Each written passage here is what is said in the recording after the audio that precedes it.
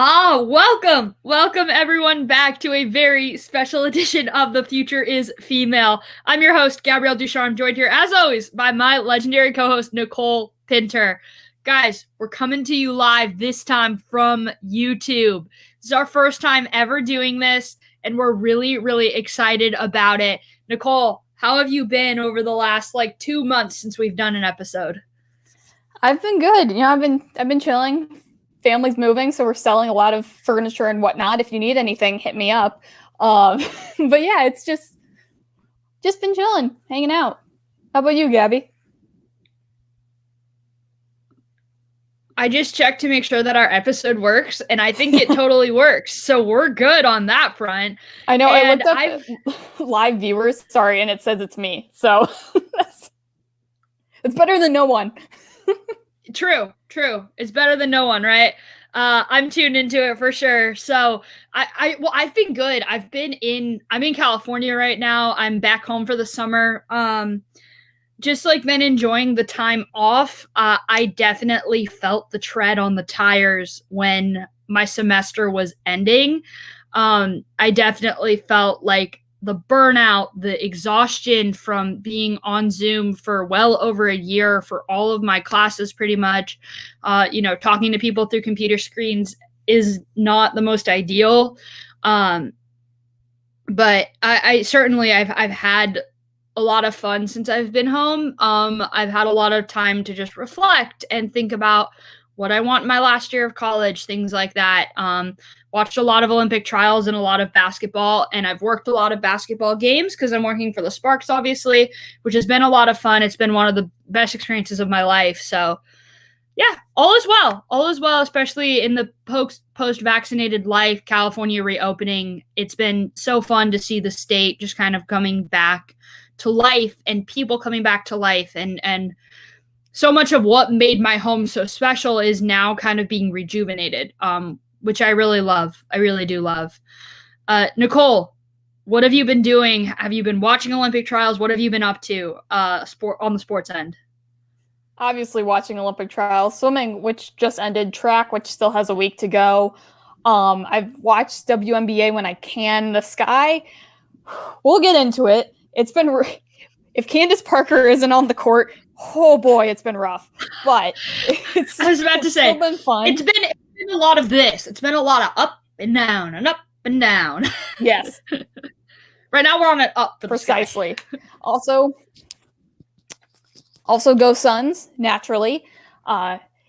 Game 2 between the Suns and the Clippers is tonight as of the recording of this.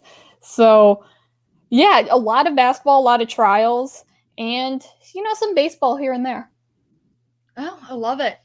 An entire summer full of sports. After a year ago this time, there really wasn't much going on. The NBA was trying to figure out how to complete their season. The WNBA was trying to figure out how to start their season. The MLB was fighting over money at that point, and the NFL was proceeding forward as if COVID wasn't really a thing, and it just wasn't time for them to start yet. So there's a lot of sports happening right now. The NHL was also trying to figure out their stuff at the same time as the NBA was. So it's a very exciting time, obviously, in sports. We're going to start off, of course, with, a pretty hot button topic on social media, especially yesterday. The Team USA women's basketball announced the 12-person roster that will be representing at the Tokyo 2020 Olympic Games. That was not without controversy. It was not without a lot of celebration for athletes who are going to make their Olympic debuts. It was one of the most hot button topics on social media, on Twitter yesterday in specific. Nicole, what was your first reaction when you saw the roster? Before the controversy, honestly, it's a good roster. It's a stacked roster, and I don't see anyone who's going to beat them, honestly. But yeah, like you said, it wasn't without controversy, and it's not like, regular controversy, someone getting snubbed, so be it. It's like WNBA MVP never made a roster, snubbed twice, sort of controversy. But I'll let you get into that.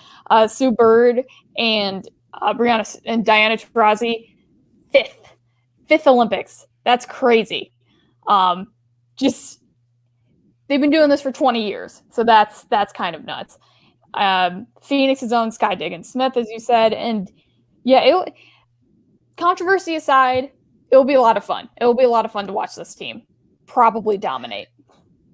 Yeah, they're probably going to dominate. And to break it down for people, the full roster is in this order: Ariel Atkins from Washington, Sue Bird from Seattle, obviously making her 5th Olympic team, Tina Charles from Washington, she'll be on her 3rd Olympic team, Nafisa Collier from Minnesota, she'll be making her Olympic debut, Skylar Diggins-Smith from the Phoenix Mercury, that's our team right there, me and Nicole, that's our backyard team. And then, of course, Sylvia Fowles from Minnesota, the WNBA legend, Chelsea Gray from Las Vegas. She'll be making her Olympic debut. Brittany Griner from Phoenix. She'll also be making, I believe, her 2nd appearance at the games. Jewel Lloyd from Seattle. Brianna Stewart from Seattle. Diana Taurasi from Phoenix. And Asia Wilson from Las Vegas. So a lot of repeats on teams. You know, the Seattle Storm and the Phoenix Mercury each have 3 players each from their teams on the Olympic team. So half of the players come from just 2 WNBA teams, which is just huge, of course, and a lot to celebrate with, you know, the athletes that were selected. They deserved it. They are probably going to win a 7th straight Olympic gold medal. But of course, something occurred yesterday that was far beyond an Olympic snub. There's been times in the past, of course, where maybe it's a veteran athlete who is trying to make one more Olympic team and they're just not good enough anymore. They're not in their prime. They've passed it. Or maybe it's an athlete that goes down with injury and it's just the wrong time. And unfortunately, injury happens, health concerns happen, and you got to move on. That's not what this was. Nneka Onwuemeke from the Los Angeles Sparks was unfortunately left off of her 3rd straight Olympic team. Was she snubbed? No. In my opinion, if she had been snubbed, that would have been a little bit different of a story. To me, there was just blatant disregard for including greatness on the basketball team. Nneka Onwuemeke was the number 1 overall pick in the 2012 WNBA draft, just months before the London Games. She didn't make the team there. It was wait your turn. You got to prove yourself at the pro level. It was a lot of other things. 2016, she got snubbed again. She didn't make the team. Not a lot of rhyme or reason behind that. She was the MVP of the WNBA that season, and her team won a WNBA championship. You can't dominate any more than that on the basketball court. And then again in 2021, in that 5-year span since the last Olympic Games, in the throes of a global pandemic, Nneka Onwuemeke became the president of the Players Association, and she has attended every single major Team USA camp, championship, World Cup that she has been told and allowed to attend. Every single one. She has not missed one Team USA commitment in the last 5 years. Meanwhile, there have been athletes on Team USA that are selected for this Olympic team. And this is no dig at them, but some of them haven't attended every single major Team USA event in the last, 5 years. Nneka did. Nneka showed her dedication to the team like no other. Unfortunately, just a few weeks ago, Nneka did sprain her knee. Now, she's been out with that injury for just a few weeks. We're coming up on about 3 weeks now since the injury was basically announced.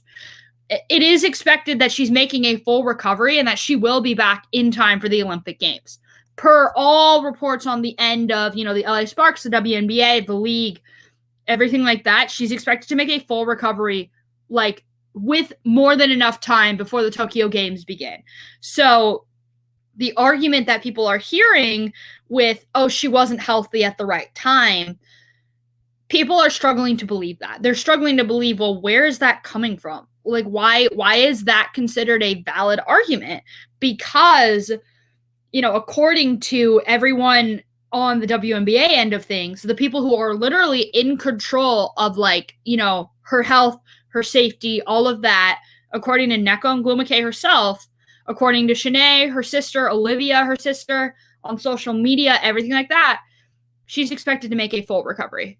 So, Nicole, understanding all of this news and everything, what was your reaction when you saw that Nneka Onwumike wasn't on Team USA, and what was your reaction to actually seeing the Team USA roster?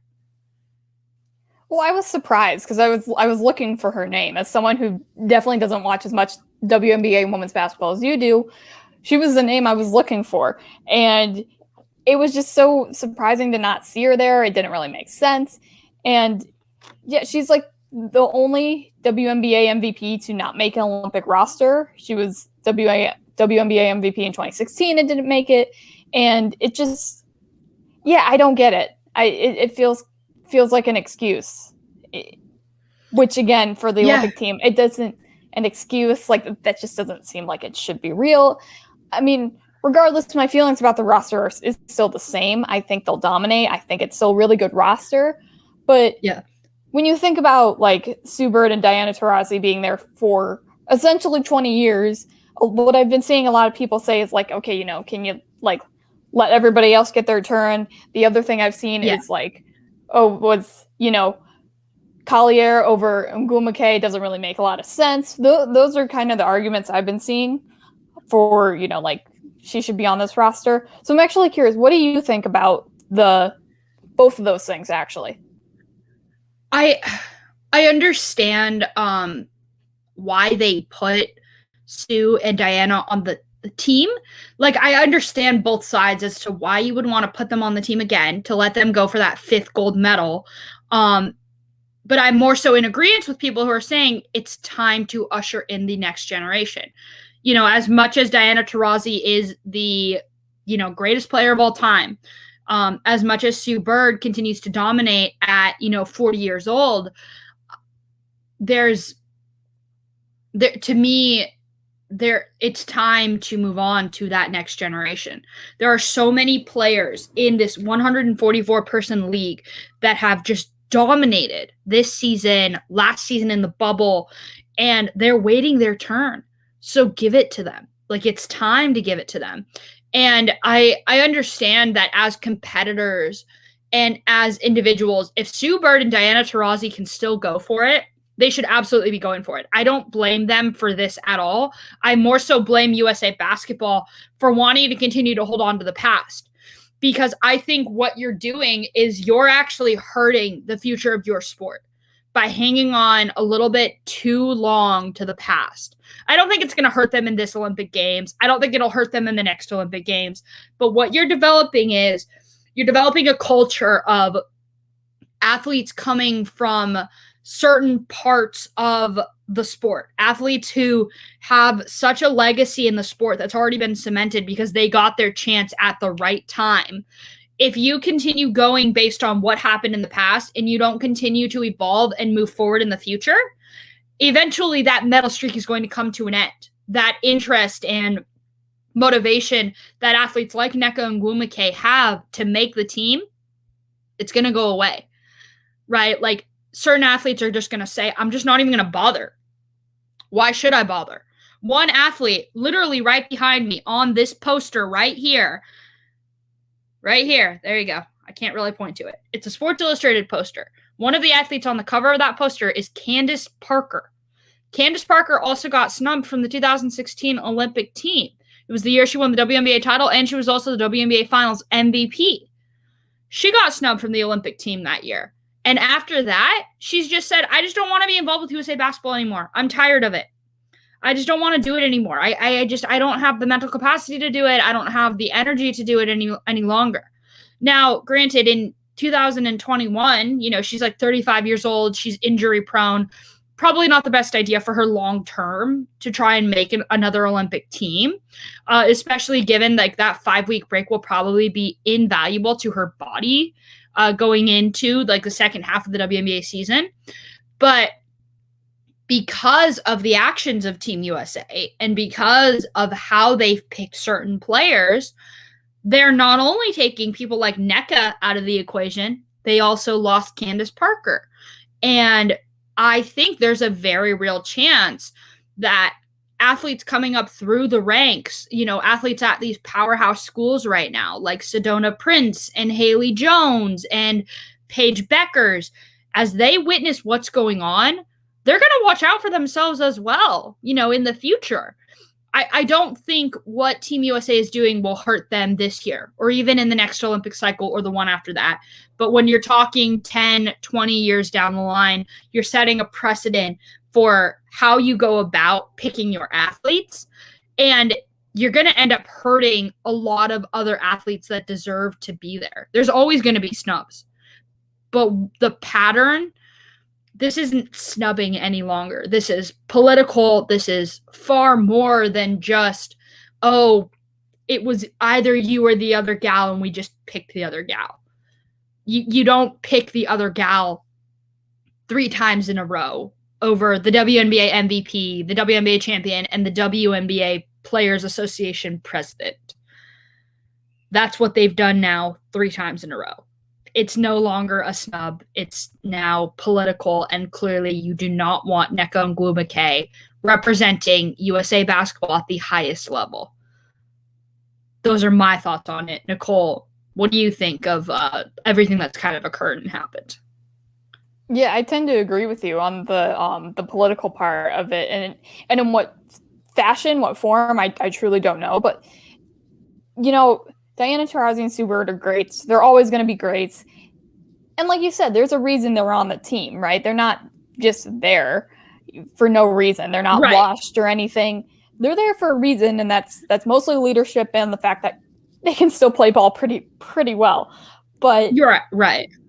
It's the always finding this excuse for leaving Ogwumike off, and it's just, and like you said, Candace Parker, who, for her, yeah, it probably didn't make sense, but since being back, the Sky are at 500 again, so that's cool. But with Ogwumike, yeah, it's political, but in what form, I honestly don't know, because I don't follow USA basketball as closely, but it's unfortunate. There's not much else to say. It sucks. It really does suck. But yeah, I mean, it does. And I do kind of wonder, if I were to project forward a little bit, I wonder what happens if like a player gets injured or something, in the next few weeks of the WNBA season. What happens if someone goes down with an injury and they have to pull out of the Olympic team? All of a sudden, are they going to start calling on Nneka Ogwumike to join that roster, right? Like, if something happens, would they call on her? And would she say yes? And this is not me at all wishing anything bad on these 12 players, right? These 12 players earned it. They deserve every ounce of respect in the world. Shout out to the players making their Olympic debuts. That is a huge deal, right? You get to do this once, maybe twice in your entire basketball career. And so the fact that they're able to do it is so huge. But I do wonder if something happens to these athletes to one of the athletes in the next few weeks. Injuries unfortunately happen constantly. It is a part of the basketball game. Would they call on Nneka? And would Nneka accept? Or would Nneka turn a blind eye and say, screw all of you? Like, you all had the chance. I made it more than clear and more than apparent that I wanted to be there. Or would they have to stick to their guns and stick to their pride, despite that she's, to me, the most obvious choice, the most obvious, like, next man up on that team. But I don't know what kind of message they're sending at that point, by saying, oh, now she's good enough, right? Like, now come on over, blah, blah, got injured. That's all, in theory and everything. I wish nothing but the best for the 12 athletes that will be there. And it's going to be exciting. It's going to be very exciting. That's about 1 month away. The Olympic Games start July 23rd in Tokyo, Japan. Right now, though, in the WNBA, Nicole, your Chicago Sky are rolling. I said it before the show started. They've been like this. Up and down, up and down, up and down. How fun has it been to watch your team start winning games now that Candace Parker's back healthy? Yeah, Parker and Quigley, oh my gosh. Because the last time we talked WNBA was when the Sparks were playing the Sky. And it got ugly, mostly for the Sky. And they were without Parker. They've been out without Parker for majority of the season at this point. And they were 2-7 just a couple of weeks ago. Now they've won 5 straight with Parker and Quigley, and now they're like climbing back up the rankings, showing you I never lost faith. I never lost faith. You never lost faith. You never lost faith. Never a doubt. Never a doubt. As long as Parker was on the court. Because and this is a fairly young team. They've had their struggles in the beginning. And Parker has really been sort of, head of the team, obviously, leader of the team with how much of a veteran she is. But man, do they need her. They really need her. They need Quigley. But as long as they can stay healthy, this is still a championship team, a championship contender, I should say. If this Sky team stays healthy, they're a championship contender. If not, I don't know, because they need that leader on the court. And without Parker or without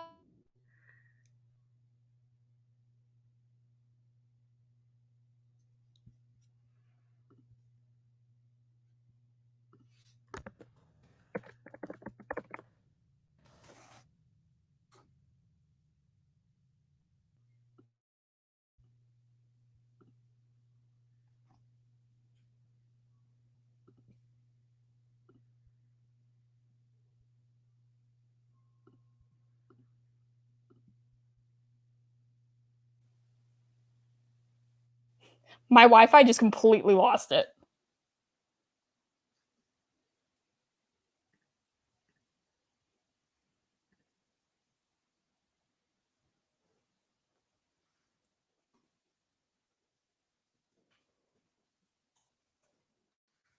Gabby. Live stuff. Don't you love being live? You're good. Yeah, my Wi-Fi just completely. Edit this out. No, we cannot. Don't you love it? Yeah, no, my Wi-Fi just out. My Wi-Fi just completely lost it. Like it just went out. As far as going live, my Wi-Fi is probably the worst to do this on, but I didn't want to bring that up. I was like, you know what? Let's just do it. Let's go for it. Like it's fine. We're good. We're good. We're all good here, folks. Nicole was in the middle of a beautiful rant all about Candace Parker and the Chicago Sky and their winning ways. You're like, yeah, I'm good as long as Candace Parker's on the basketball court. Yeah, pretty much. I don't know what you heard or didn't hear, so I'm gonna actually check. But yeah, I mean, this team stays healthy. They're a championship contender. If not, I think they're a first-round exit. There you go. It's all about health and being healthy at the right time. We've seen that not only on the WNBA end, but we've also seen it a lot on the NBA end, which we'll get to in a little bit. But of course, in terms of the WNBA, the Seattle Storm are at the top of the league right now. Brianna Stewart's dominating. Sue Bird is still really good at basketball.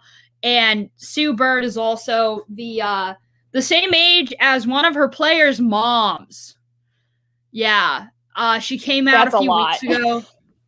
She came out a few weeks ago on a press conference and said, "Oh my gosh, you guys, I'm the same age as blah blah player's mother." One of the rookies on the team has a young mom. That'll make you feel old. Who is the exact same age as Sue. Both have the same birthday. Sue Bird was born on, I think she was born in 1980. Yeah. She's born October 16th, 1980. So one of her teammates' moms is the exact same age as she is. She is still playing professional basketball. She's still really good at professional basketball too. Nicole, anything else wrapping it up on the WNBA Team USA basketball front? On the Team USA basketball front, honestly, no, just go US. USA. USA. That's it. USA. Yeah. Go USA. They're probably going to dominate in Tokyo, and all will be well with the world, come like the middle of July. Moving on from the women's side to the men's side, the NBA playoffs have absolutely had our hearts sink and rise and sink and rise. My heart has skipped a beat multiple times. I've cried and laughed and shouted at my TV far too much over the last month and a half. Nicole, what has your reaction been to all the playoff madness? Well, I don't think you're alone. And honestly, the last 4 teams, I don't think anyone predicted. Like, and I was even talking to my dad about this last night, and he was like, well, the Bucks. And I was like, well, yeah, they had to get through the Nets. You know, it's still unexpected. I didn't expect it. When they went down 2-0, I'll be very honest with you, and hypothetically speaking, I said they're done. I said that's it. It's like the Cowboys, because everyone puts these expectations on them, and they're just not that team. I'm still not completely going to say I'm 100% wrong on that, but they did prove me wrong in that series, and honestly have probably the clearest path to the finals at this point. But go Suns, beat LA, Suns in 4, and what a time to be in Phoenix, man. I wish I was in Phoenix right now. For once, dude, the final. Sorry, go ahead.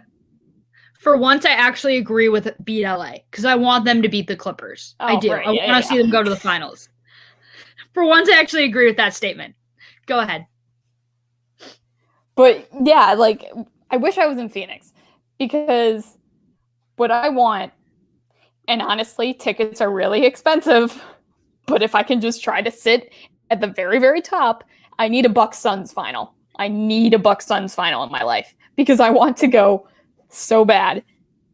I could like, with my bank account, I could pay for like, you know, a ticket and like practically on the roof, but I would like no longer have money in my bank account either. I still need it. I still want that option. I still want to like actively think about going to an NBA finals game. That's just me. So my question is, if the Milwaukee, how far are you from Milwaukee?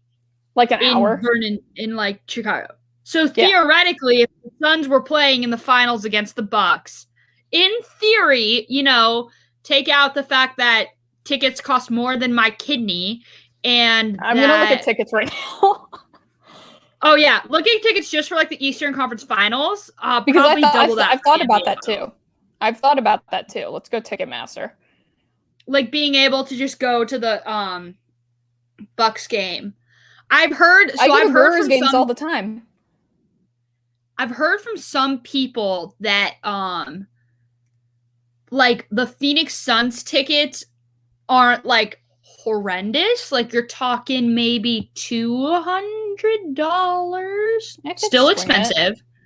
Oh, this isn't bad. Okay, no, it's still bad, but it's not that bad. I thought it'd be worse. Okay. What's not that bad? The lowest is 136.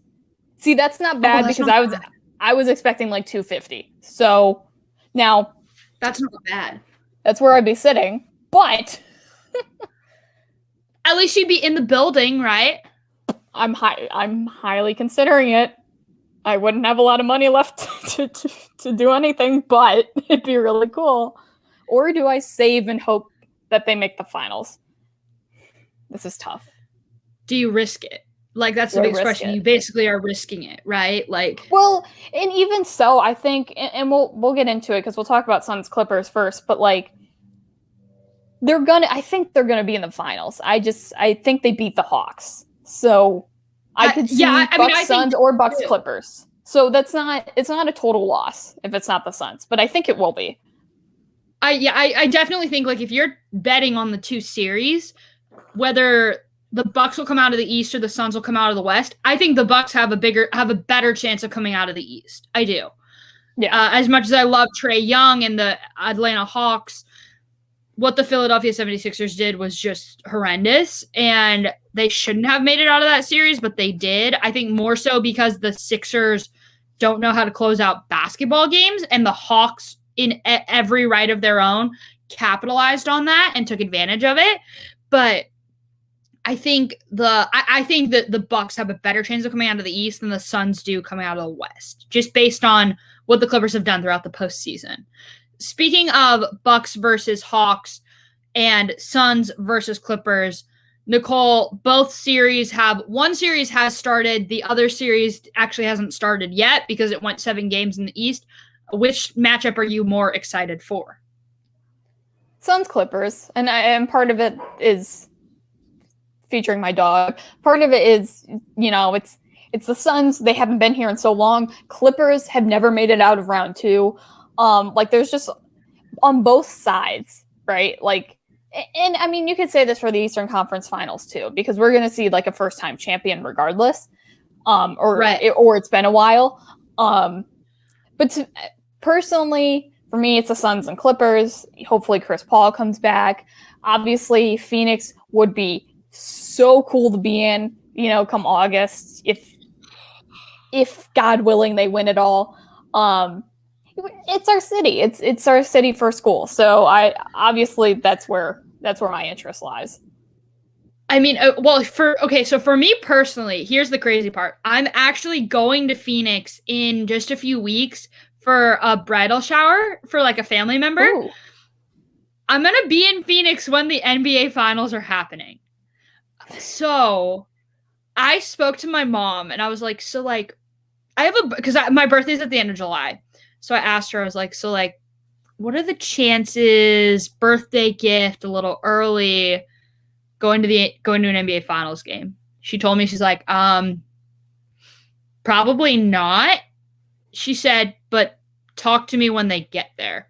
So she basically said, like, let's have that conversation if they get there. And I haven't given up like hope on it yet. Like the dates also have to line up correctly where I'll like still be in Phoenix. I'm definitely still like I'm driving distance from Phoenix from here. Like if there's an NBA city that I could get to most easily outside of Los Angeles, outside of where the Clippers and the Lakers play, it's Phoenix.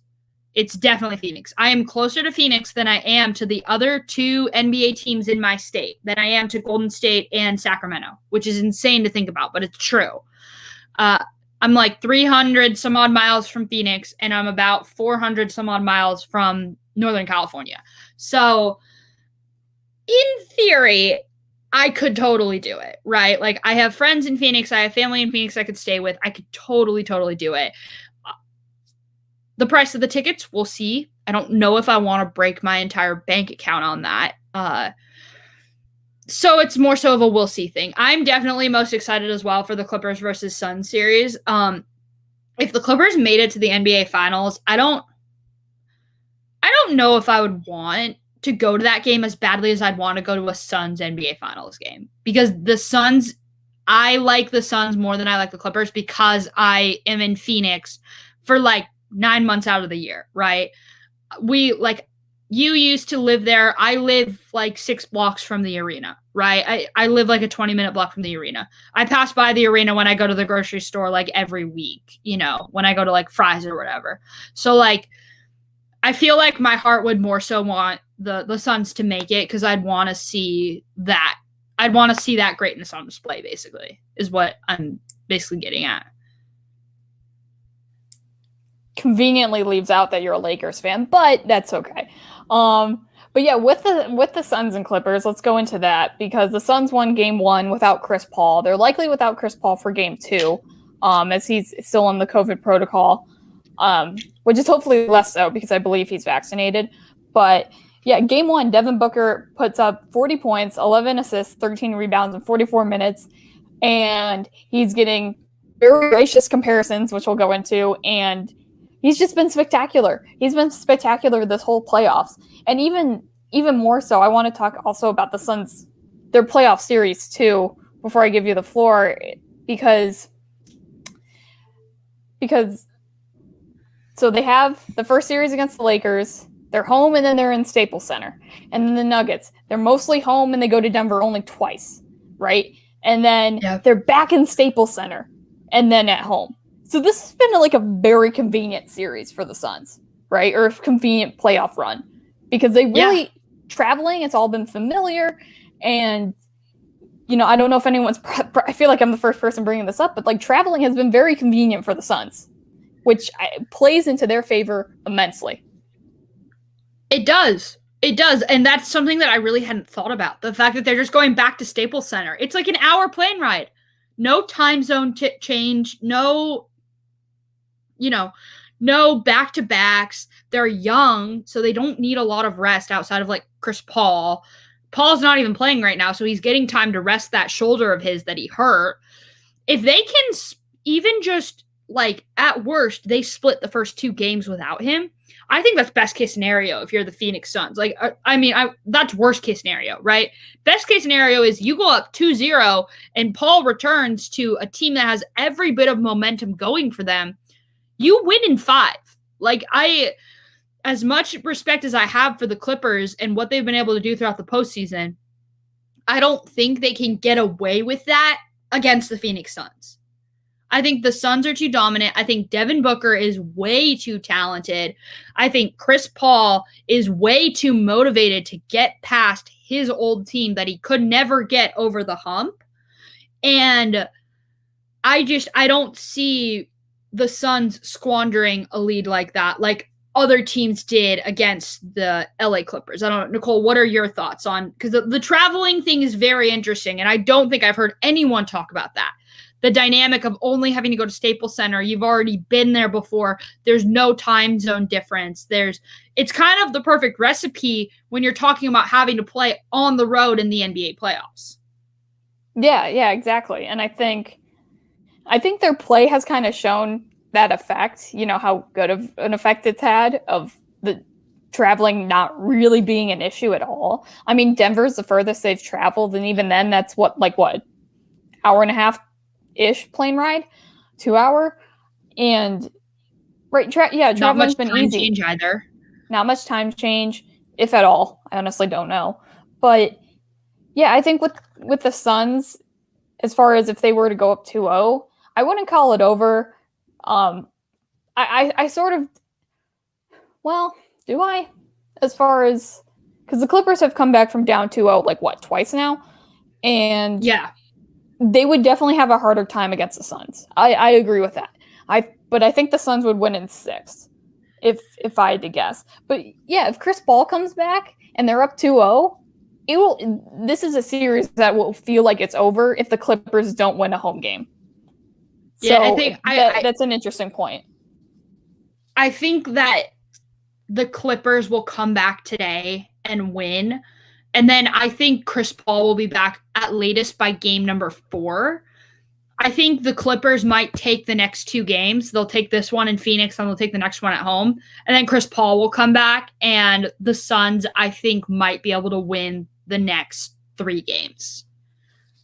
I think that's what might happen. I think there's going to be there might be a bit of a momentum shift where the Clippers will come in, try to take maybe the next 2 games, and everyone will be saying the Clippers are going to win it. The Clippers are going to win it. Paul George, playoff P, is here.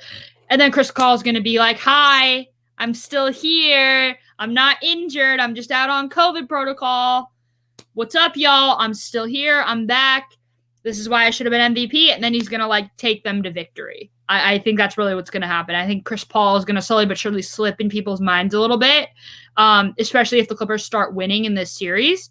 And then he's just going to come back in, and they're going to basically be rushed to victory just through the play of Chris Paul. It should be interesting. It's going to be a lot of fun. Suns Clippers is by far one of the most exciting things. Moving from West, though, to East, Bucks versus Nets. Wow. What a series. What a series. Nicole. Sorry, I couldn't quite hear you. Could you please? My Siri just... Series and Siri sound very similar, apparently. Sorry about that, y'all. That my was good. Siri No, on my that was really cell phone good. got activated. My Siri on my cell phone got activated. But yes, Nicole, it's been... What are your thoughts? Yeah, like I said earlier, how did the Bucks win this series? How in the world did they pull this off? They were down 2-0. It seemed like it was over. Get home, and I want to say took over. I know the Nets took games, 5, 6, but, with the Nets injuries, and they weren't fully healthy, Kyrie, James Harden, Bucks took advantage of that, and Game 7 was incredible. Overtime was the ugliest thing I've ever seen, but otherwise, Game 7 was incredible. And, for Kevin Durant to even, oh my God, he was inches away from a game winner. Literal inches away from a game winner. Like, that was Jordan-esque type shot there. That was incredible. It seemed like he made that shot in overtime at home. Nets had all the momentum, which I know a lot of people say isn't a real thing, but Nets had all the momentum going into overtime. And then no one could, shoot the ball. Like, everyone seemed very, very gassed at the end there. But, yeah, again, how did the Bucks win this series? How did Kevin Durant play that dominantly and they still couldn't get it done? How could they still not get it done? Like, that was a legacy-defining series if you're Kevin Durant.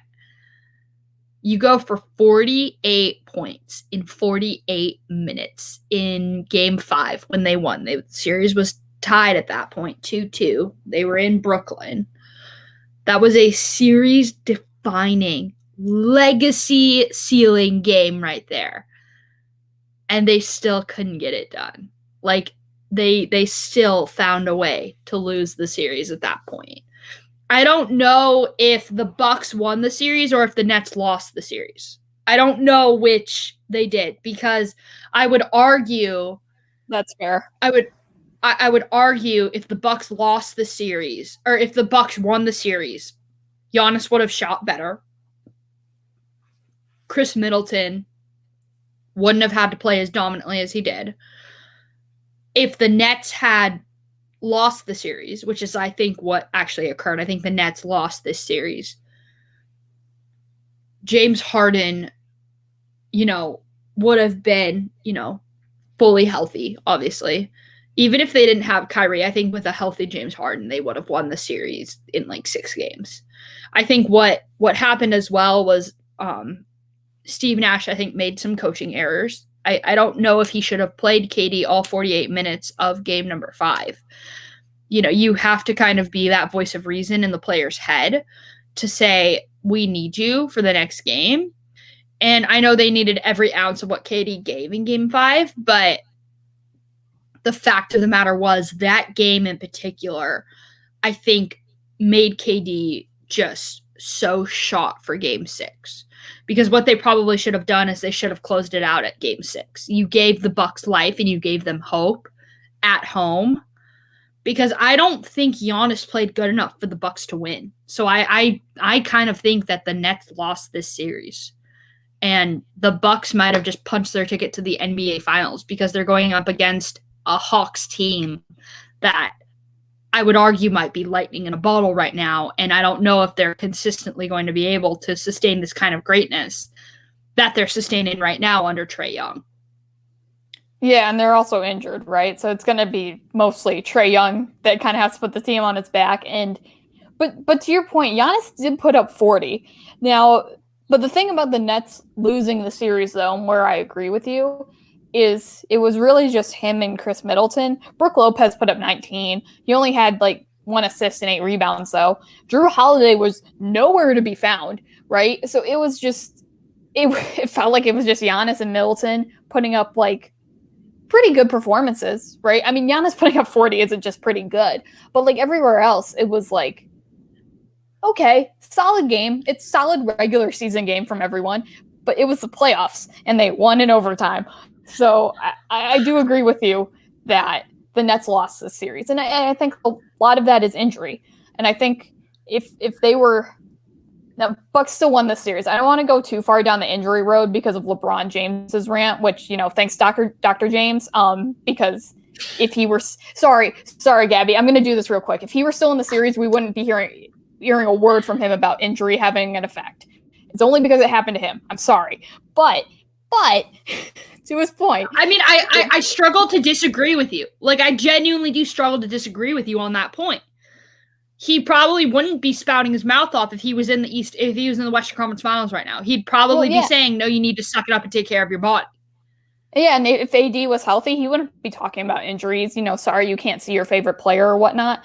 But to a little bit of his point, if the Nets were healthy, I think they would have beaten this Bucks team. And even that they're not healthy, where does coaching come in? Where does, on both sides, really, because Steve Nash, there were no adjustments to being without Harden for a lot of the game or without Kyrie most of the series, right? Like it, and even on the Bucks side too, going down 2-0, there were like no adjustments. I forget their coach's name. I want to say it's like Bud something, but Mike Budenholzer. I was close. Budenholzer. But Bud something. Budenholzer. Where does coaching come into this with the Nets too? But I was thinking I'm probably thinking of someone else. But yeah, where does coaching come in? And Steve Nash, and there was controversy when he was hired, and not that like he's the only reason the Nets didn't make the finals, but that does lead us into, was this season a failure for the Nets for not making the finals? I struggle with saying that it was a failure, because in the end, these athletes made a lot of money, right? The Kyrie Irving will probably be able to come back from his ankle injury. James Harden will come back from his ankle or his hamstring strain. Kevin Durant will still be Kevin Durant at the end of the day. James Harden and Kevin Durant will both go represent USA basketball this summer, which is only going to strengthen their relationship further as players and stuff. I think the Olympic experience is wildly undervalued on the NBA side. The WNBA side, it's a huge, huge deal. On the NBA side, I think it is wildly undervalued how valuable that time is together with some of your superstar teammates when you're trying to build a super team. Because that's essentially what USA basketball is. It is a super team of athletes. And so I don't think it's a failure. I think when you only play 13 games together, all healthy, you're going to have problems in the playoffs. Chemistry matters in basketball. And chemistry was not there for the Brooklyn Nets when they needed it to be the most. I think that matters. So I personally wouldn't call it a failure. You didn't have career-ending injuries. You still made a lot of money with all your contracts and all of that. Steve Nash was only in his first season as a head coach. He's definitely a player's coach because he didn't play in the league. Like, when he played in the league, he played against many of the players that he's literally coaching right now. So he's not that old. I don't see it as a failure. I see it as a learning experience. I see it as stop underestimating the value of chemistry on the basketball court. Stop underestimating how important it is to build in part through the draft. To just like you can't just slap together a bunch of pieces of a puzzle that don't fit. When you're the central piece of your own puzzle on your team, and then you leave that team and you try to go to this super team and you try to make all three big pieces, which is James Harden, Kevin Durant, and Kyrie Irving, you try to make those three pieces jam together, it doesn't work. Chemistry matters. You have to break up the pieces a little bit. You have to mold together. I think Kevin Durant's going to be the biggest piece of this puzzle, and then Kyrie Irving and James Harden need to adjust a little bit. They need to shave down their pieces a little bit. Then they'll fit perfectly with Kevin Durant. I don't think it's a failure. I think it's a learning lesson. Learning lesson in how valuable chemistry is for your basketball team. I don't want to say point blank the Nets didn't have chemistry, because there were times during the regular season where they were just doing ridiculous things. It was like they've been playing together for 10 years. But in the playoffs, I think that it's where it comes into play a little bit more of this is a Bucks team that is mostly the same from the last year. This is a very new Nets team with a very young coach in Steve Nash in his first year.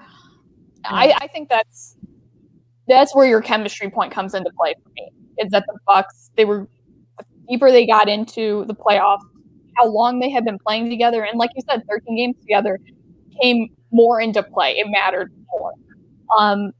I know, NFL, NHL, MLB, it's considered a failure when you don't win it all, right? Or you don't even make it to the championship. But I agree with you. I don't think this was a failure for the Nets. I don't think their championship window closed, and I think they're still very much a threat next year. And they'll have another year of genuine rest and with the Olympics, like you said, chemistry, there's genuine rest. Go do the Olympics where you kind of just basically cruise control, all due respect to everyone else, but basically cruise control to the finals. So yeah, I think they'll come back next year even better. And I think I remember hearing a story about USA basketball. This is a bit of a tangent, but it kind of matters to like the Brooklyn Nets and stuff and getting healthy and stuff.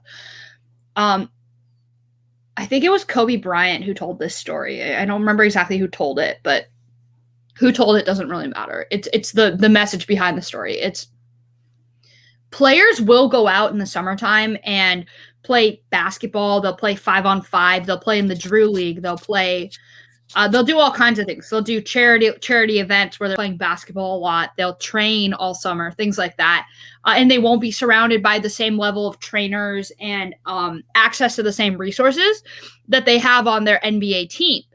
Sometimes a lot of the best in the world, like LeBron James or Kevin Durant, they might have like a training staff that's on par with, like a NBA team, and sometimes even better because it's like a private doctor and stuff. But not every player has like an entire medical team around them. They try to, but that's how they go broke as athletes. When you play USA basketball, you actually protect your body a little bit better because you're surrounded by all of the very best trainers, medical staff, doctors in the entire world that are watching you, treating you, giving you access to the very best resources possible because you're a part of USA basketball for that 2-month span every 4 years. So sometimes joining the national team can also be you investing in your body in a huge way. Even though freak injuries like what happened with Paul George in 2014, those injuries can happen, unfortunately. They do. Sometimes freak injuries happen, but what's more likely to happen is you're actually surrounded by the best doctors and trainers. And I think that's what's going to happen this summer for James Harden and Kevin Durant both. They're going to be together. They're going to build chemistry. I do genuinely believe that USA basketball is like the best decision that the Brooklyn Nets could make for their team, that those two superstars could make for themselves this summer. Moving on from Bucks versus Nets to, the Nets aren't really in trouble, but oh my Lord, is this other team that lost in trouble. Hawks versus Sixers. We're done processing the process. I'm done processing the process. Nicole, what were your thoughts on the Hawks versus Sixers series? Yeah, I was personally like rooting for the Hawks in this at the end of the day. Just because, like you said, I love Trae Young. He's the best like NBA villain that there could be. But for the Sixers to lose this series to a Hawks team that, like you said, is lightning in a bubble, for the process, Doc Rivers is a coach, it seems like, when I'm comparing teams to the Cowboys, I really should do it with the 76ers and not the Bucks, if I'm being completely honest. Because it's the same thing every year. They're favorites to win their division or conference even, and they just don't show up when it matters, right? Like, oh, wait till you see my my NFL predictions for the season. But they're not winning. They're not winning the East. I'm sorry. But on the 76ers, yeah, it's, the process sort of continues on. It's a failed process. What process is it now? I don't know. And, I don't even know who you say whose fault is this. I think it's very, very collective, but we'll get to, who everyone's throwing under the bus, and rightfully so, in a minute. But yeah, Gabby, what did you think of this series? I'm done processing the process. Okay? I'm over it. I'm over the Joel Embiid and Ben Simmons duo. It doesn't work. It's not gonna work. Joel is injury prone. He is on a torn meniscus right now that he shouldn't have been playing on in the first place. And Ben Simmons can't shoot. Tell me exactly how we're supposed to win basketball games doing that. You just can't, right? You just can't. You really can't. Yeah. There's a certain amount of like I only have so much patience. We only have so much time to process the process. Your time has elapsed. Those are my thoughts on it. Trae Young is an absolute stud, and I'm so sorry. I was kind of doing two things at once. I guess something happened on a press conference today for my team, and I missed it because I guess the media availability got moved up an hour. Don't know why that had to occur, but yeah, I'm processing. I'm done processing, okay? I'm sorry, Joelle. I'm over it. Break up the team, blow up the organization. It's time for a reset button. Build around either Ben Simmons or Joel Embiid. Ben Simmons, you are one of the most apathetic superstars I've ever seen. You are 6'9", and you're a point guard, and a 6'1" guard in his third season ran circles around you. Trae Young ran circles around you. You are probably 50 pounds heavier than him. I'm over it. Ben Simmons, LOL, is the best way I could put it. Nicole, go ahead. You can take it from here. Wait, what was the thing you said about media availability? I missed. So apparently, the LA Sparks have like media availability almost every day. And I got a notification just now on Twitter from a reporter. Like, I have their notifications on Twitter. And I saw that they quote tweeted the coach. And I was like, what? Like, no, because media availability wasn't supposed to start for about another 40 minutes. And because I saw that quote tweet, I realized that they moved up the media availability. So I missed it, and it was, I guess, a really big deal because Derek Fisher was commenting on Nneka Onwumike. Oh, shoot. And her being left off the team. And it's like, it's not a big deal. Like, it's not my fault that they decided to just move up the availability an hour, right? That's not my fault that I didn't realize it. But apparently, this is a quote from Derek Fisher. He said, quote, "We're pissed, honestly. I think the thing about Nneka is that nothing has to be given to her. She earned it, and she deserves it. And I think that's the most frustrating and disappointing part." That's a quote directly from Derek Fisher. Damn. That's from Derek Fisher. That's live as we're talking. That's not me saying anything. The injury timeline doesn't add up to her not being available to play in the Olympics. No way you can tell me you can put a team together and leave Nneka off and tell me it adds up, because it doesn't. For what Nneka means to the league and women's basketball in this country, but possibly never play for Team USA in the Olympics, is, quote, "a freaking travesty." That's right now from media availability. That's all Derek Fisher. That's not me, saying anything more. That's just Derek Fisher commenting. Per quotes on Twitter from very reputable reporters and sources such as Chantel Jennings from The Athletic, Tuk Ni Nguyen from the LA Times, and Brady Klopfer from SB Nation. Yeah. That's live as it's happening. So we rolled with it. Yeah. Okay, I'm sorry you missed media availability. It's okay. It's okay. I can't believe that I saw that like on that notification. That was insane. That was insane. Like, just seeing like, whoa, oh wow, he had some very choice words to USA basketball today, clearly. Yeah, and honestly he should, because it like we said, it doesn't make sense. Yeah, I mean, I'm glad he kind of went for the throat there. Went for the jugular. As he should. As he should.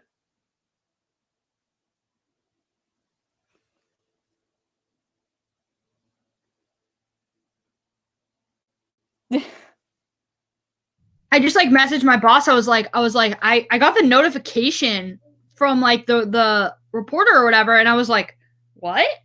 Like, I have like the notifications on my like computer and my phone and stuff, and I was like, Why is there a quote from Derek Fisher? Like, that's not supposed to happen for another half an hour. I'm confused. Or 40 minutes or whatever.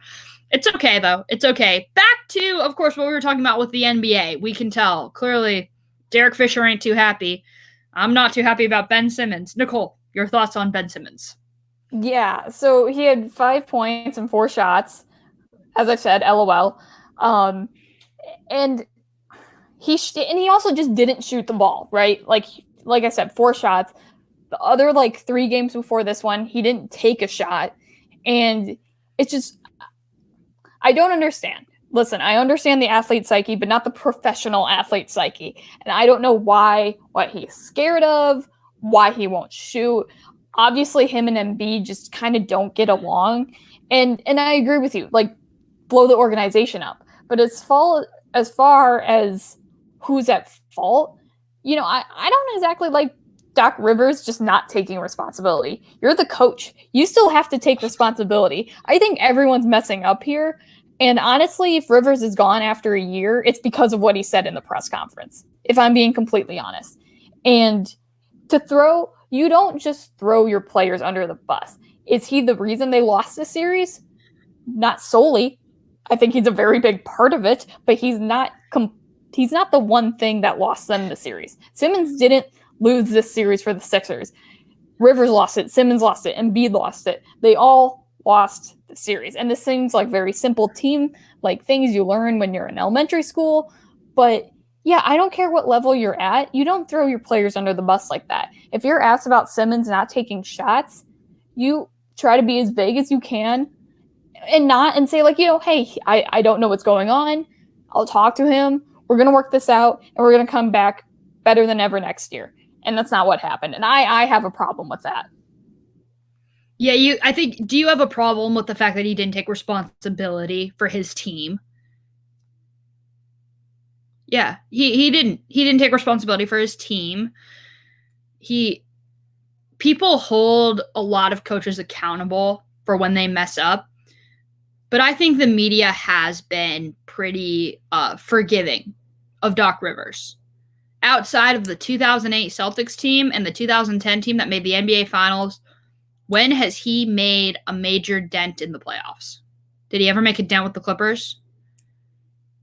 Ever make a dent, really, with the Celtics as they were on their last legs? No, I don't think he did. Yeah, not at all. Yeah, so he's not the one to talk either. Yeah, he's not. He's not the one to talk at all. It's like you're the one leading this team, and this team wants to win a title.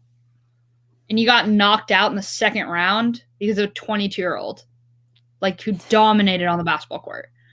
So that brings me to one question for you. Is Trae Young legit, or is it just lightning in a bottle?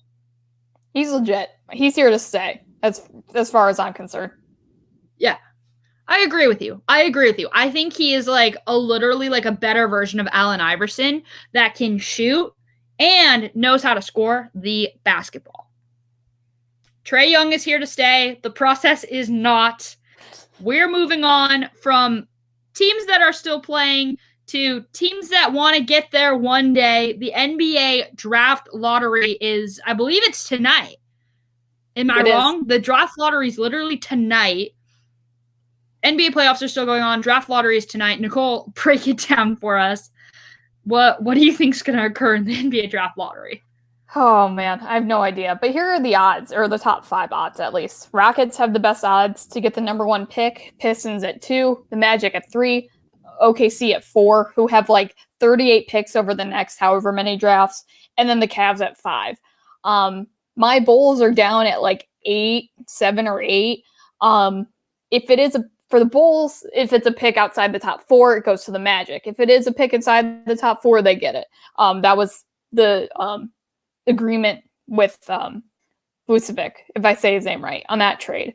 But yeah, I've done the Tankathon lottery. I simming, see what I get. I've gotten the Bulls in the top 4 once. It'll be interesting. Listen, if you know me, I care about Detroit teams too. Why? I don't know, because they all kind of suck. But if the Pistons, with the rate that the lottery's been going for Detroit teams outside of the Tigers because that isn't a lottery. They'll end outside the top 4, probably. They probably will. Hopefully they don't. Best case scenario, the Bulls take their place. But yeah, it'll be interesting. I mean, it's always kind of fun to see. The lottery's 15 minutes of terror for most teams. But what do you think, Gabby? Oh,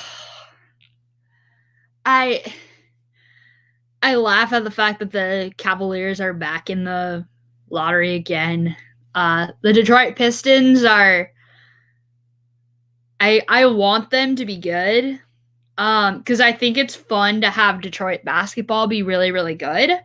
But I more so feel for the athletes that are going to be like the number 1 overall pick. Like, I feel for Jalen Suggs right now, the kid from Gonzaga. I feel for them more so because like when they watch the draft lottery, they see where they could potentially be, like that could be their home, right? Like Lonzo Ball, he went to Los Angeles in the draft lottery, and then like Markelle Fultz went to Philadelphia in the draft lottery. So I'm more so excited to see where are the best players in the world, like that are under the age of like freaking like 19. Like, I'm old compared to a lot of those players. I'm curious to see where they end up, because whomever ends up at the top of the draft lottery, that will show where the best young players will be starting their lives and living their lives. And when I mean young, I mean young, like babies, like teenagers will start their lives. So I'm more so excited to see that. I'm excited to see where your Chicago Bulls end up. But yeah, the draft lottery, honestly, like I kind of forgot it was happening tonight because there's not like a bona fide superstar like a Zion Williamson coming out this year. Like, not at least from what I've read and what I've seen and watched and things like that. I'm excited for it. I mean, the draft is always so fun. But transitioning from basketball, NBA, WNBA to U.S. Olympic trials. 5 long years. We waited 5 years to have this incredible event. We're going to start off with the event that already occurred, swimming trials in Omaha, Nebraska. It's always such a fun week to watch swimmers punch their ticket, make their Olympic dream come true. Nicole, what have your thoughts been so far on the Olympic trials? Let's start, I guess, with swimming first off. Yeah, there's been some incredible swimming going on here on both sides, women's and men's.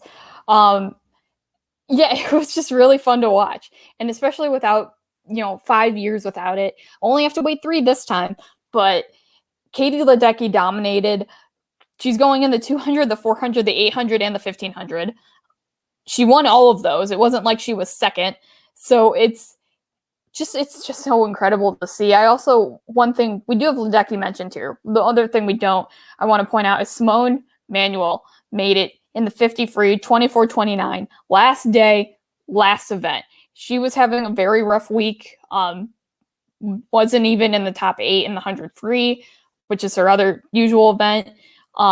So to get the 50 free and for her to go again is so huge. I'm just so happy for her. Abby Weitzel took second in that in that event, 24:30.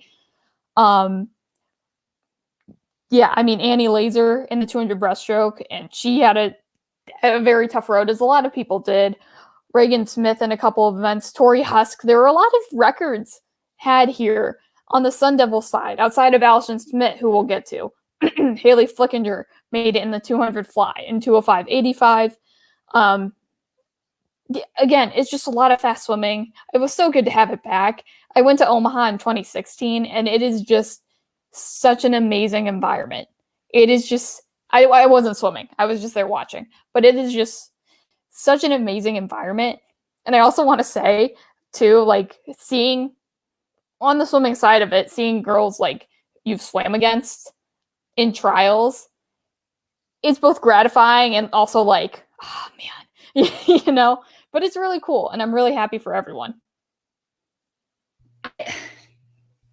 I started getting teary-eyed when I saw Simone Manuel make the team. Because I remember Rowdy Gaines talking about so many people wanting both Simone Manuel and Nathan Adrian to make the team. Seeing Nathan Adrian not make it was pretty heartbreaking, but seeing Simone Manuel punch her ticket in the 50 free and literally like the fastest race on planet Earth. You literally have to be the fastest person on planet Earth to punch your ticket to that particular event. It's 20 seconds, 5 years, like decades of training for 20 seconds. I don't know if like that's like more high pressure than that one race. It's the start and that's it. Like you don't have any room for error. You don't have another lap to make up ground. You just go.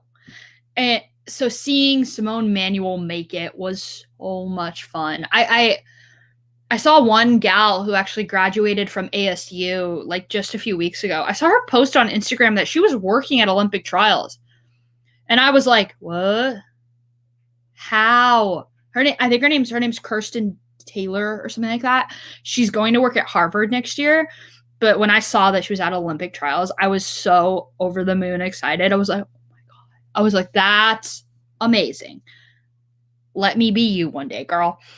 But no, the dominance in the pool. I mean, Nicole, you mentioned it, how fast swimmers have been swimming. Whose performance were you most impressed by at Olympic trials? Do you have one person that you were most impressed by last week? I'd probably say Michael Andrew, because he's not new to the scene. He was at trials in 2016, but had a relatively disappointing performance there. I think he made semis, but he never really made a dent. Like, people know who he is because of his training methods, which, are out of the ordinary. He trains 3 times for 45 minutes a day and has I think his own line of like protein stuff and whatnot. But yeah, it's just so out of the ordinary. 2016, he was pretty much a disappointment. To come back here and kind of own it in a way after last year, made it in the 100 breaststroke that I'm looking at here. 100 breaststroke 58.73, 200 IM 155.44. I mean, he was everywhere. 50 free 21.48 behind Caleb Dressel, who was 21.04. Yeah, it was just, I was really happy for him because 2016 was pretty rough. I've followed Michael Andrew a little bit on YouTube and Instagram and stuff like that over the last probably two and a half years.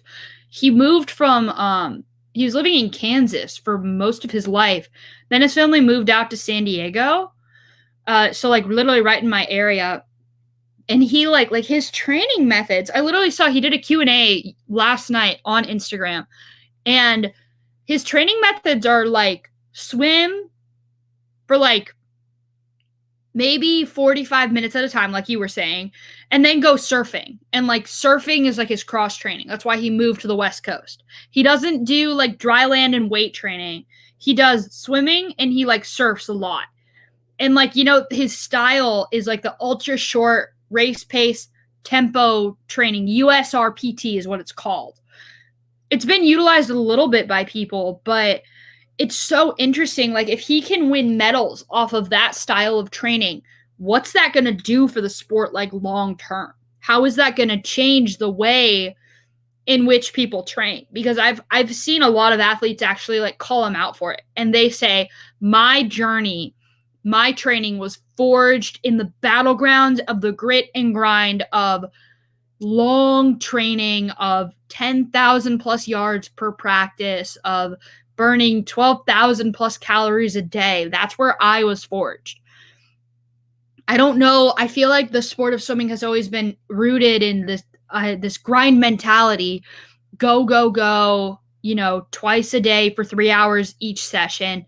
How would Michael Andrew and his brand and his lifestyle change the sport for the future? That's what I would wonder. If he can find success in Tokyo. I think it's one thing to find success at trials. It's another thing to actually do it when it all counts. Yeah, well, and to your point, I'll say that he, even in 2016 is when he gained a lot of notoriety for himself and what he does.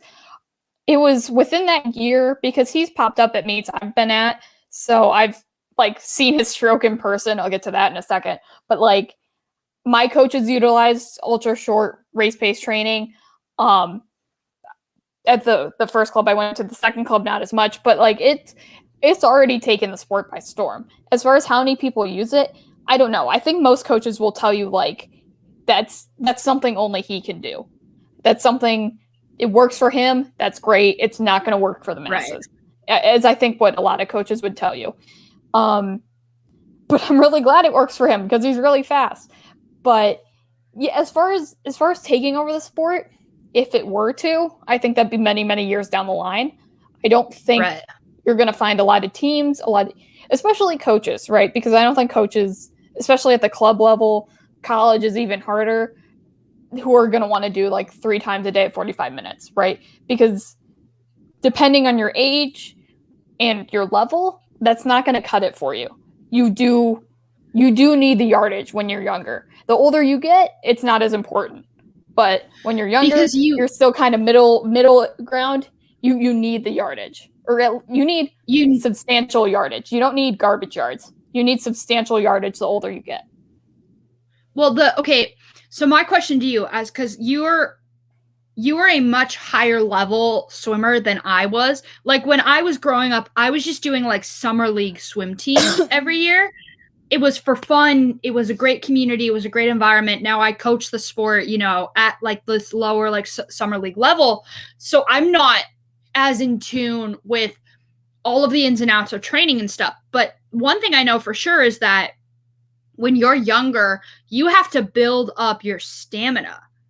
You have to do longer yardage to get into shape, to handle anything that's thrown at you. So I think that's what's most shocking to me is the fact that he's in such good competitive shape, despite that he doesn't spend nearly as much time in the water as his competitors do. Yeah, you're exactly right. And I think, it's just him. It's with his dad. So there's a lot of tangibles. I know because I've had this conversation with my coaches before of why can't we do that? And it's like I was saying, it's because only he can do that. Only he can pull that off as of right now. But ultra short race pace training I would say, has already taken over the sport. I think it's what a lot of teams and clubs do now. And you're right. The younger you are, the more yardage, that you need, because you are building up that stamina and endurance. But as you get older, more into depending on your event, right, and your level, you don't need garbage yards, right, which is what we called it. You don't need those yards where you're just swimming a 200 just to swim a 200, just to hit 3,000 yards, right? You don't need that. And it's interesting because Andrews is as young as he is. Actually, how old is he? He's got to be mid-20s, right? He's 22. He's 22. Okay, yeah. And he's been doing this for a while. He's March of 99.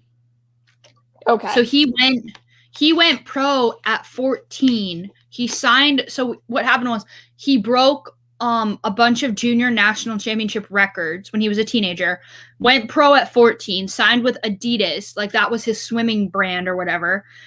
Not the world-class swimming brand, right? Adidas is world-class at many things. Swimming equipment, I don't believe is one. No. So he was with Adidas through the Olympic trials in 2016 and all of that. He was with them literally up until May of this year, April or May of this year. He switched over to TYR after that. I think him and his family knew, if we want to take this to the next level, we got to dip out on Adidas and go to TYR. Because TYR had lost Cody Miller. Cody Miller signed with Speedo, and a couple of other athletes had kind of signed different places. So they had, I think, openings or something like that. I don't know how it works for them to sign athletes, but Andrew signed with Tier after that. But it was Adidas that originally got him to go pro at 14 years old. And I think a lot of people were saying, at least from what I heard kind of on like the business end of things, to make it like count in this moment, he needed to punch his ticket this year. He had to get it done this year. It would have been detrimental to him long term if he hadn't made the Olympic team this year. In terms of financially, in terms of sponsorship, his deal with TYR, a lot of things were hinging on him performing at this Olympic trials in particular. Yeah, I agree with you on that. I think a lot. He sort of had to make it. And after 2016, I think he felt that pressure too. And yeah, I completely forgot he was signed with Adidas. Yeah, no one in swimming does that. But like I said, I'm really happy for the guy. And I think with the last year, with, not everyone had a pool. We don't know what access there was. There were next to no meets coming into this year, right? This trials, which is unheard of. I think he kind of benefited, not that anyone benefited from the last year, but he got ahead because I don't believe he ever lost access to a pool. His training was probably not changed that much. I can't say factually, but I think because it's just him and his dad, and there's no coach, there's no team, that swimming life probably didn't change that much for him, right? Swimming life, not regular life. I remember when the pandemic first struck, you can hear my dog in the background probably. Hopefully she's not too loud. But I remember when the pandemic first struck, Michael Andrew had like a series of vlogs that I literally followed. I followed it every single day. I watched it. And so what he did was when the pandemic first struck and his like home pool in Encinitas, California shut down, he just started weight training a bunch and he went surfing every single day. So like his like cross training or whatever wasn't affected. And then in like, he eventually got back into the water probably in April of like the pandemic. So he got back in the water far sooner than a lot of other people did. I think how he was affected was outside of the pool with all the competitions being canceled. He's not attached to a profession or to a college team. So he doesn't have the benefit of like that same stability that other kids his age have. Like financially, I do wonder how did his family make it through? Because it was a big struggle for them. It was. That's just the fact of the matter. I think my textbook is here. My textbook. For school? This is my this textbook. Year? Yeah.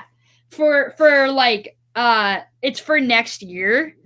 I think this is my textbook. I haven't even thought of ordering textbooks. It's for like this summer. Like I'm in a summer class. It's for like this summer. It's for like my science class. Sorry about that, everyone. I've just been waiting for this for a long time, so I'm glad it's finally here. I think that's what it is. I'm hoping. Let's see. Does it say the company? It does not. It's definitely something like that. But anyways, I think what Andrew did was he really he kind of transformed his training, but I wonder how it impacted him financially, because I think that's why so many people were saying how much hinges on this Olympic trials because of how much he lost out on in the last year plus. So I really do think that it's not as much about like how much he went through last year. I think it's just the sheer fact that he adjusted better than everybody else did. Going from one athlete, of course, to another. Nicole, I saw you popped it up on the screen for just a second. Caleb Dressel. Wow. Sheer dominance. Break it down for us, Nicole. Caleb Dressel's dominance. Yeah, he had an incredible trials. I'll list off the events here first. 50 free, 21:04, 100 free, 47:39. 100 fly, 49:87. I mean, and that 49:87 was he had the world record going into the last 15 meters, and just kind of I don't want to say fell apart, but he lost steam. And taper taper and rest will fix that right up and he'll have it. It's crazy he was that close in trials. And he was just, how is he going this fast? I mean, after this past year, it's crazy. It was crazy to watch him be that close to a world record. Caleb Dressel in the pool, outside of the pool, I think we need to stop with the comparison to Michael Phelps. Knock it off. Appreciate Michael Phelps' greatness for what it was and appreciate Dressel's greatness for what it is about to be. Because he's about to dominate. He's about to dominate at the Olympic Games. He's about to dominate, in Tokyo. So I really do think, Nicole, you listed it off. So many events that he absolutely dominated. I think that it's time for us to let go of this idea of comparison in the sport of swimming, because there will never be another Michael Phelps, and there shouldn't be another Michael Phelps. At the same time, there probably will never be another Caleb Dressel. So let's appreciate the Caleb Dressel that we have right now. He's 24 years old. He just got married. He is completely transforming the sport of swimming at the very highest level. So Caleb Dressel is not Michael Phelps. He's covered in tattoos. He's way more muscular than Phelps was. He's far more private with his life than Phelps was. He loves playing video games. I read in a GQ magazine, he only spends 15 minutes a day on social media. He deleted his Twitter, his Good for him. Facebook, his Snapchat, and he only spends 15 minutes a day on Instagram, and that's it. That's it. That's all he does. So the fact of the matter is, just appreciate him for his greatness and for his personality and for the fact that he is another fun part of swimming that's going to help the sport grow. Stop comparing him to Michael Phelps. Totally agree. And we will watch him break world records at Olympics in a month. I'm sure of it. Moving on, though, we have ASU swim. I mentioned Taylor Flickinger, but also Allison Schmidt. She's going back to the Olympic trials. Second in the 200 free, 156.79 behind Katie Ledecky, who we'll get to in a minute. She went a 155.11. And just, I'm so happy for her because it didn't, no one knew. This felt like her last shot. And she was always right there in every other event she swam too. She was always right there. And she got second in the 200 free. Now, second isn't a for sure thing. It's a most likely. But she'll be on a relay regardless. So she's going regardless. It's just whether she swims the 200 free individually. And that goes with all second place finishers here, unless they got the cut.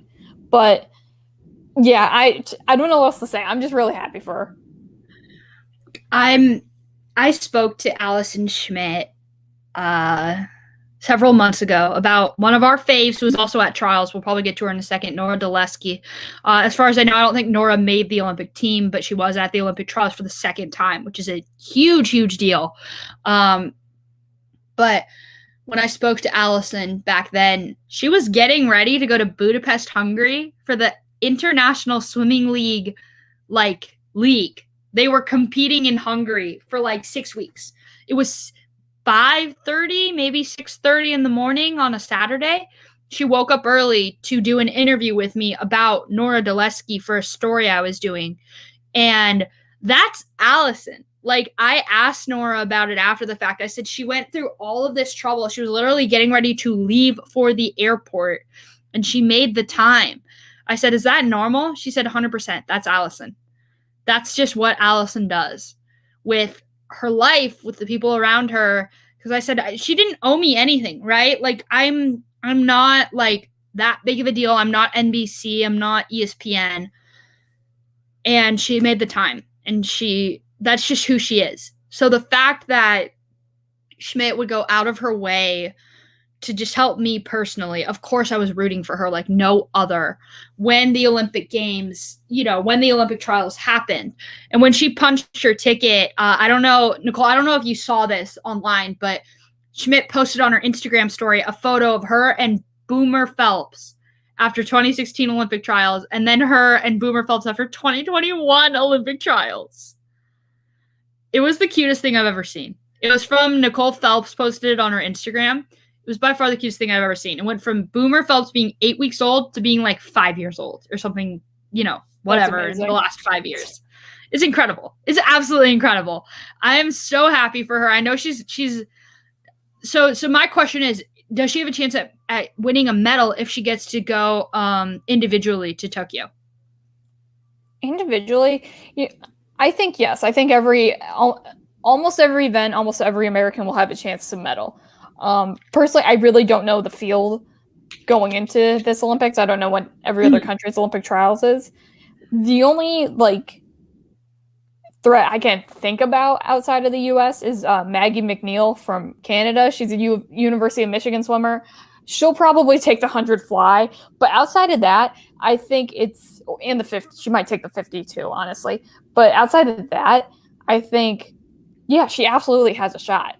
Absolutely. I think it's very open to everybody. And I hope she gets one that make the story even better.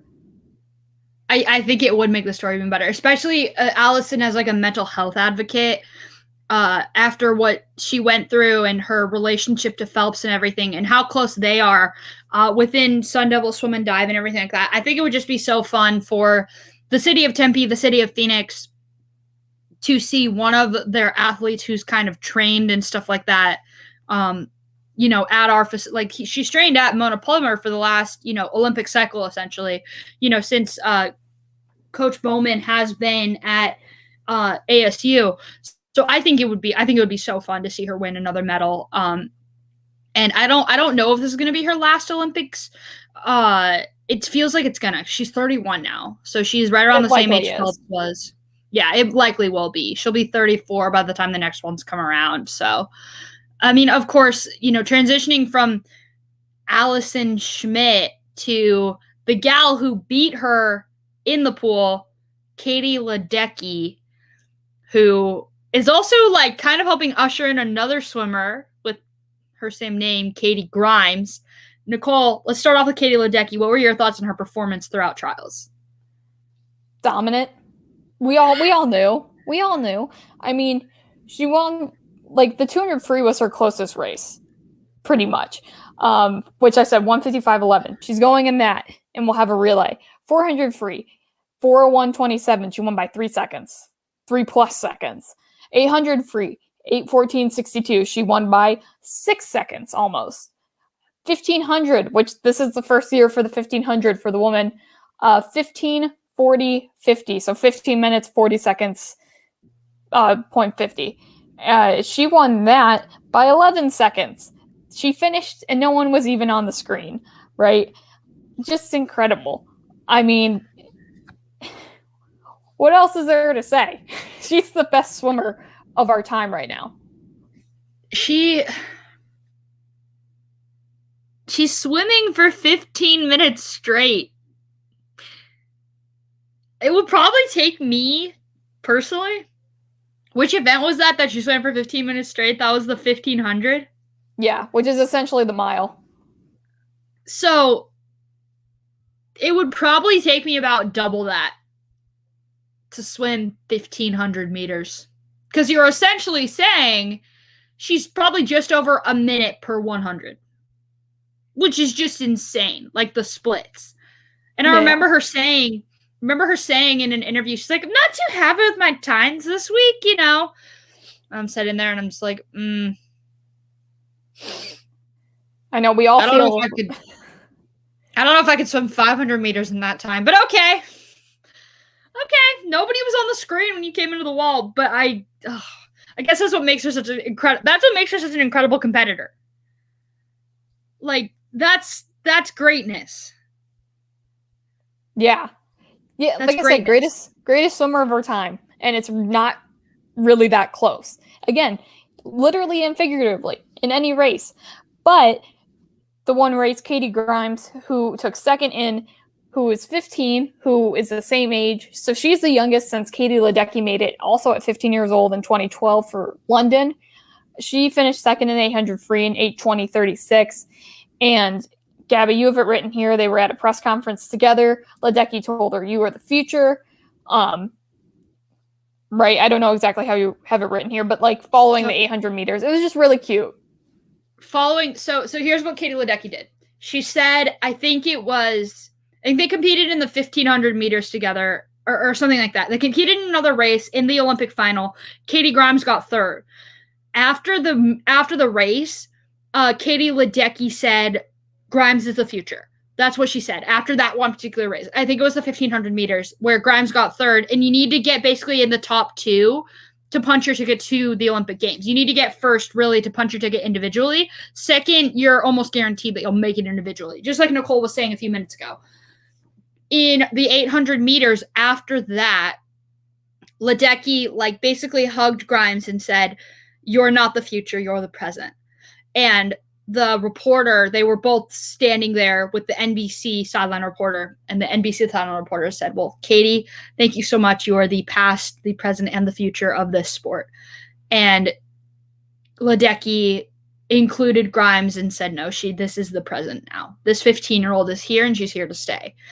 And I get a lot of appreciation for the fact that both of these young women, one who burst onto the scene 9 years ago, another one who's just bursting onto the scene now, who's only 15 years old. That's what it means to be a part of USA Swimming, right? That's what it means to be a part of representing this country at the very highest level.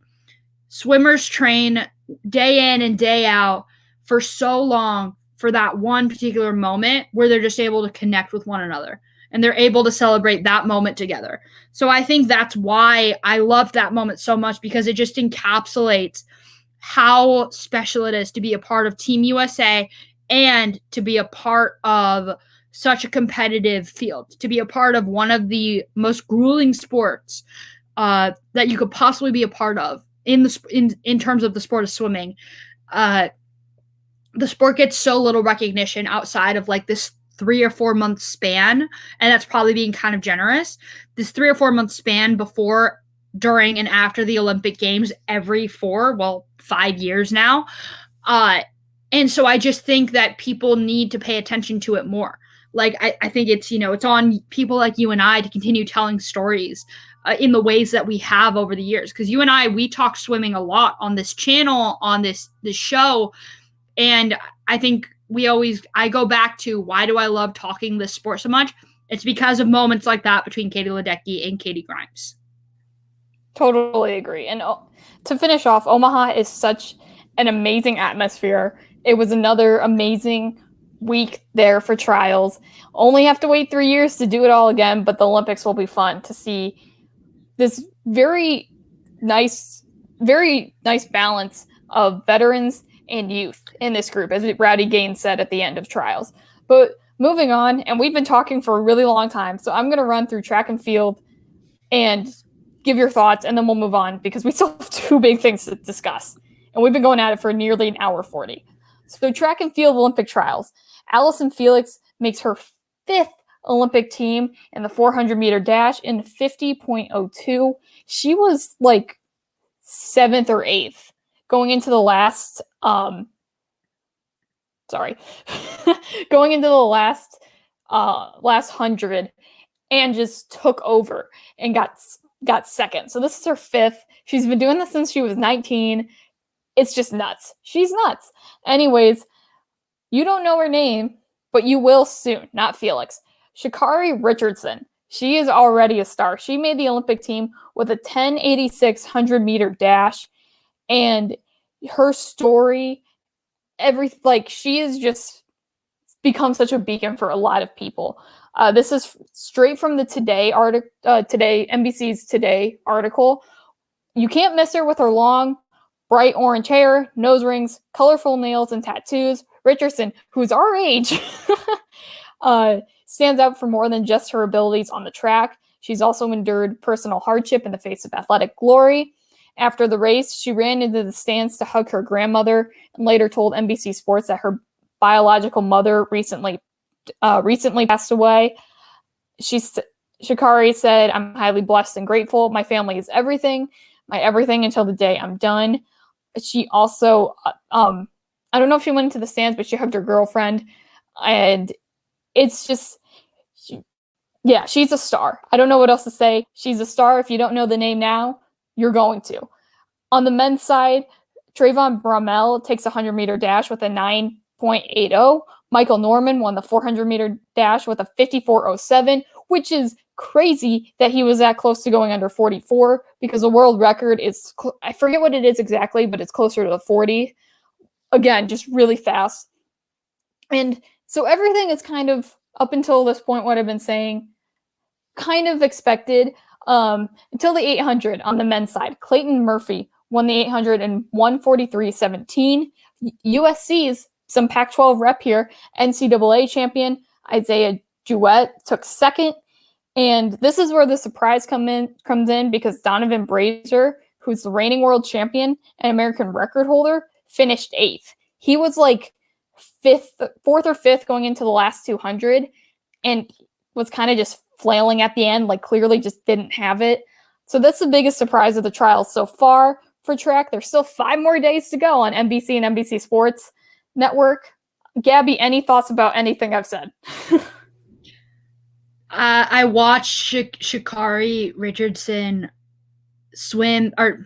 run in her final. I watched it live, and the amount of emotion she had after her race was just incredible.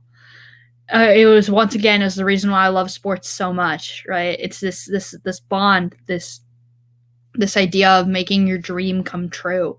It's so much more than just, oh, I'm running, or oh, I'm walking. Like, there's the tap of the foot on, the clay, the splash of the water with your feet going behind you in swimming, the bounce of the ball in basketball, the spiral of the football in football.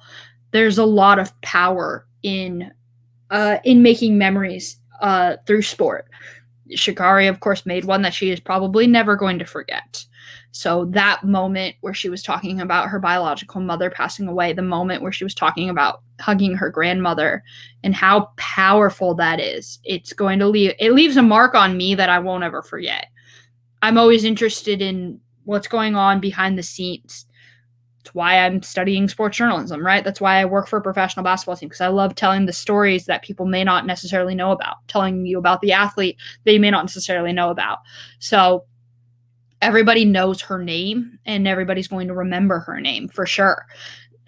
So that's where I'll leave it off with track and field and the Olympic trials. Nicole, we've been at this for almost 2 hours. We still have 2 pretty big topics to touch on. Let's get right into it. The NCAA deciding in a 9-0 Supreme Court ruling, against essentially against the NCAA, calling them out. Break it down for us. What's going on within NCAA athletics? Yeah, so this happened yesterday, Monday, June 21st.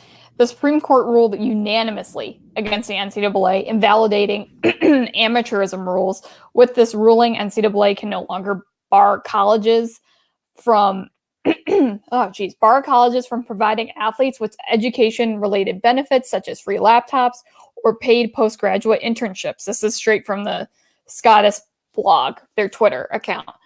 One of the bigger sort of indictments on this was Justice Brett Kavanaugh, and this is a quote straight that he said, all of the restaurants in a region cannot come together to cut cooks' wages on the theory that customers prefer to eat food from low-paid cooks, Kavanaugh continued. Law firms cannot continue to cabin lawyer salaries in the name of providing legal services out of a love of the law. And he goes on to include other examples. Finishes with price fixing labor is price fixing labor.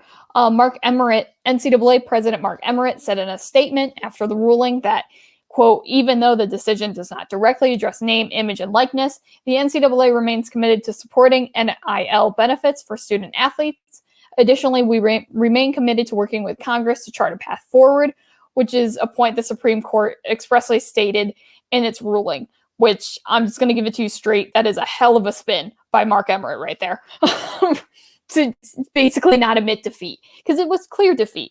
And Kavanaugh makes honestly a really great point. We'll leave out the fact that he's really not for low-wage workers, but regardless, he makes a good point that, no one's doing for the love of the game. Yeah, everyone loves it because it's a love of the game. And I love that these kids sometimes don't get dinner at night, right? Like, come on. Yeah. And this Supreme Court ruling, as Brett Kavanaugh and others stated, is really the start of the downfall of NCAA.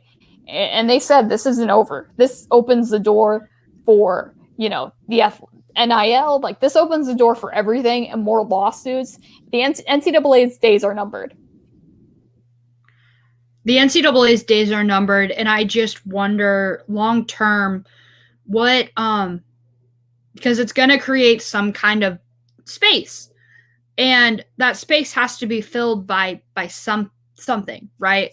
College athletics and just like athletics in general always usually has like a central governing body. I'm not saying the governing body right now is a good one. I think it's pretty clear here that the Supreme Court is saying what they've done over the last few years is just absolute BS.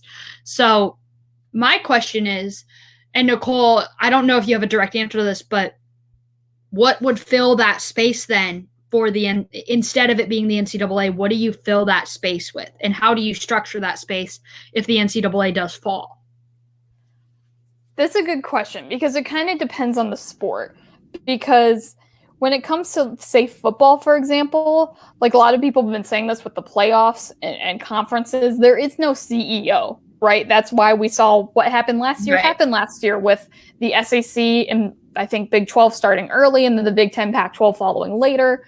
And that's why we saw the mess that was last year, because there was no like CEO of football. The NCAA didn't really do much except slap their name on it. With things like swimming and track and field, honestly, this, what would replace it? That's a good question. And I don't know that anything will, because I think with NIL, it's going to open the door. Are they going to, Yeah. NCAA was created for amateurism, right? Like they created the term, student athlete for all of this, right? So I think if it was built in a day, it can be taken down in a day. And I think that's honestly a good question. I really don't have a direct answer for it. I don't know that anything will replace it. And if anything does, I don't think it... Because I honestly don't know. I'm not saying, because here's the thing. I'm not saying that the current system needs to stay intact. I think the current system does need to fall. But the issue is, and you see this with governments constantly in countries, right? When somebody comes in to overthrow the government, there's pure chaos in the country, right? When the United States went in to overthrow the Iraqi government and their leader in the 1990s, the country ended up in disarray and ended up in absolute chaos because there was no system in place, because the United States just went in and decided to overthrow it, right? Like an outside entity decided to come in and just destroy it without much plan for why or like what they would do afterwards. When you're looking at an entire governing body falling, like the NCAA, you're going down a very slippery slope because you're leaving a lot of room for what could potentially be, I feel like, a lot of bad people taking over and taking advantage of athletes and taking advantage of the system. Like, you need to have a transition of power of sorts to the new rules, to some kind of new leadership at the top, right? Because you were just saying it now, college football doesn't have a central commissioner/leader to help make decisions when it comes to a global pandemic and when it comes to paying athletes and things like that. And I have a bad feeling you're going to create too much of a free market initially if you don't have some kind of transition in power and some kinds of rule change to let it happen peacefully and successfully. Because if you just allow athletes to start getting paid and you just allow the floodgates to rush open, it's just like someone on their 21st birthday, they've never really drinking before, and then they go insane on their 21st birthday and they wake up the next morning regretting it immensely. I have a nasty feeling that the NCAA is going to fall and something else is going to try and fill that vacuum of space. And the next morning, college athletics is going to wake up and instantly like regret that transition or that lack of transition because there's no gatekeeper. There's nothing kind of impartial that doesn't have, the skin in the game, that doesn't want to try and benefit from it. You need some kind of impartial third party to help transition you. That's my biggest worry, is that they don't have a plan for transition. All they know is that there needs to be change. They don't have any plan, though, for how to actually make the change happen. That's a fair point. I disagree with you, though. I think that as, because now the more that I think about it, if the NCAA, were to fall, like, it wouldn't be because, like, of an uprising of sorts. Not that that's, this is what that is, because, these student athletes deserve even just to get paid for a job on the side, right? Like, that's what this recent case was about. Or, get a free laptop from a class or whatever. I think, because you take away the NCAA, what is there? Well, there's still the conferences, there's still the school's presidents and commissioners. Like, I think, I don't think it'd be in any more disarray than it is now, if I'm being completely honest. And the benefit of it is, you're not necessarily taking down the NCAA. Maybe not. I know what I said, but you're letting student athletes have more power. And that is the biggest benefit of this all.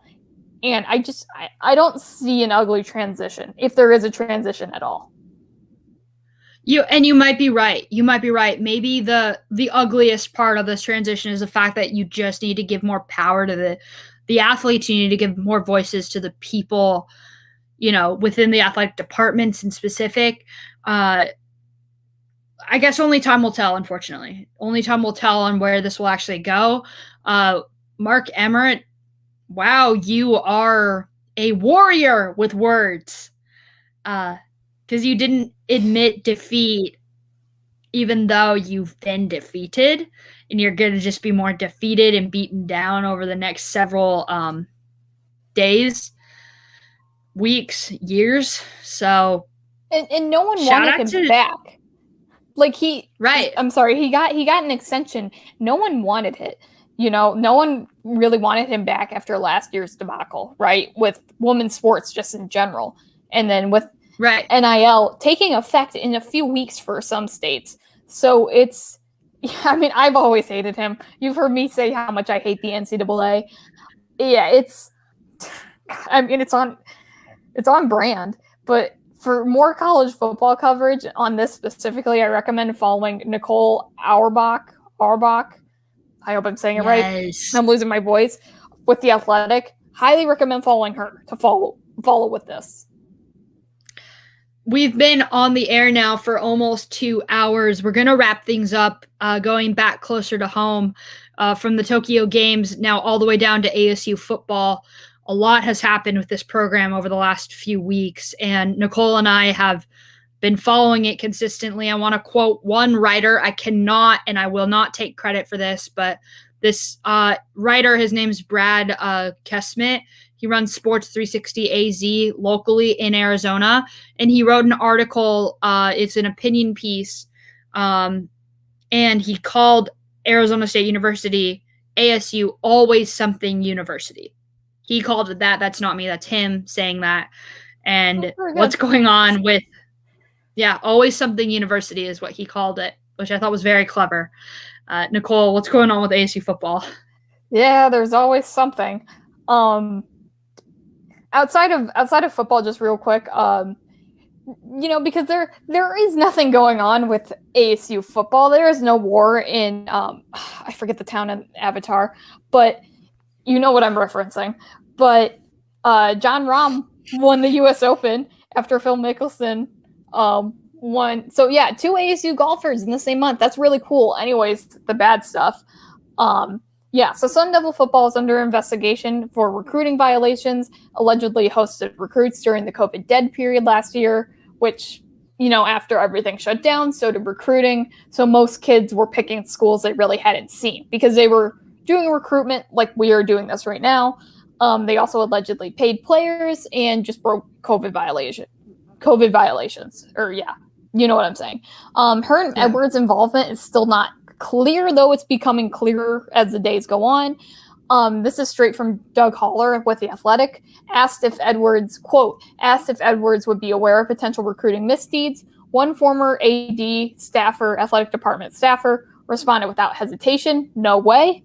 Another said Edwards is more of a, quote, closer in recruiting, similar to many head coaches, but not everyone agrees. Multiple sources said Edwards is smart enough to understand some things he's better off not knowing. One said he is still probably 90% aware of what goes on with recruiting. Now, as far as ASU recruitment, Antonio Pierce is the main recruiter for ASU. His smaller role has become bigger as he's become defensive coordinator and he's gained more power. Keyshawn Johnson said on ESPN Radio's Keyshawn, J. Will, and Zubin last Thursday that Kevin Mawai is the whistleblower. Mawai didn't get the offensive line coaching job with ASU, then went to the Indianapolis Colts and got fired. And Herm didn't hire him back. And Mawai played for Herm on the Jets back in the early 2000s. So basically, as Keyshawn said, disgruntled employees from Todd Graham's head coaching days at ASU.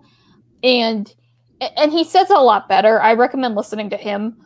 But earlier this week, Mawai interestingly put out a tweet that said, quote, "For all that is secret will eventually be brought into the open, and everything that is concealed will be brought to the light and made known to all."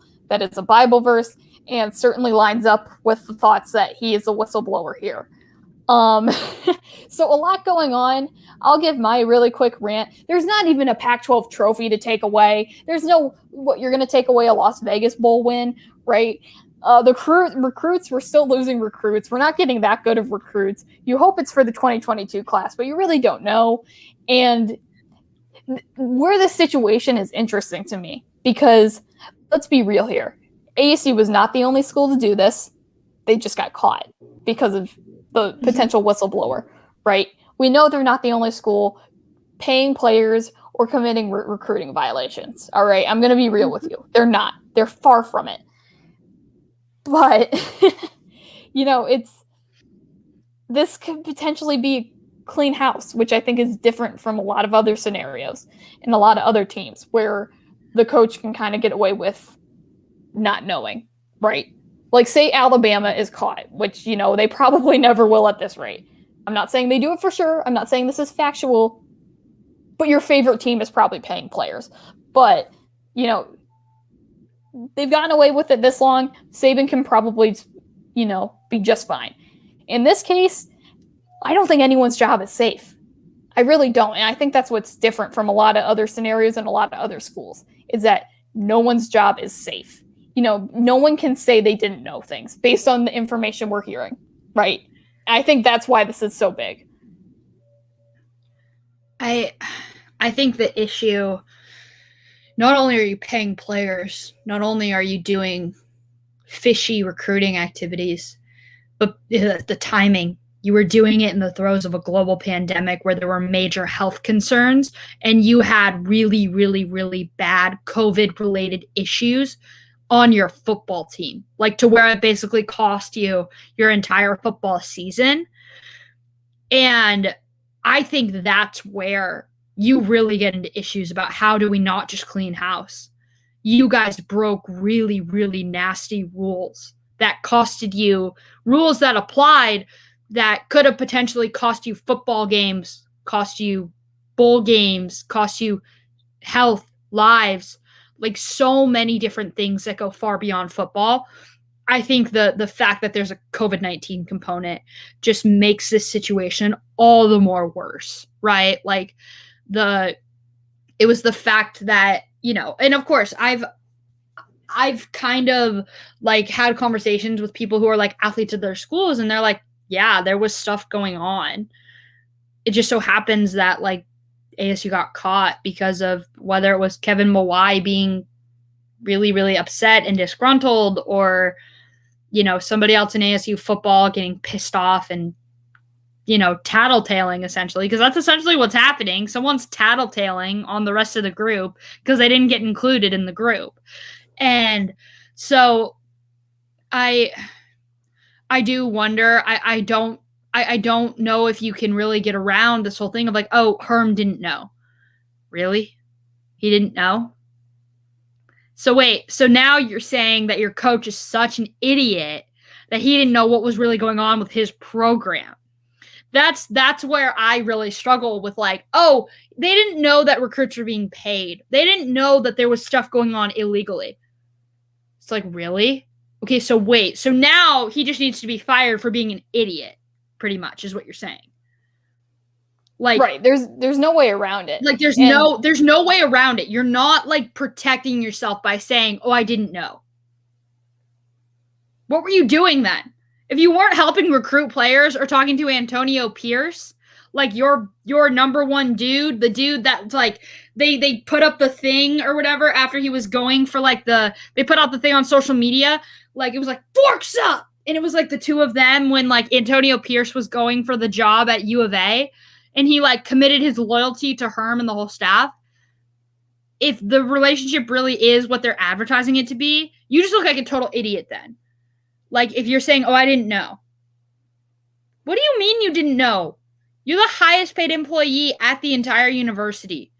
Like you're the reason why the football team's a thing.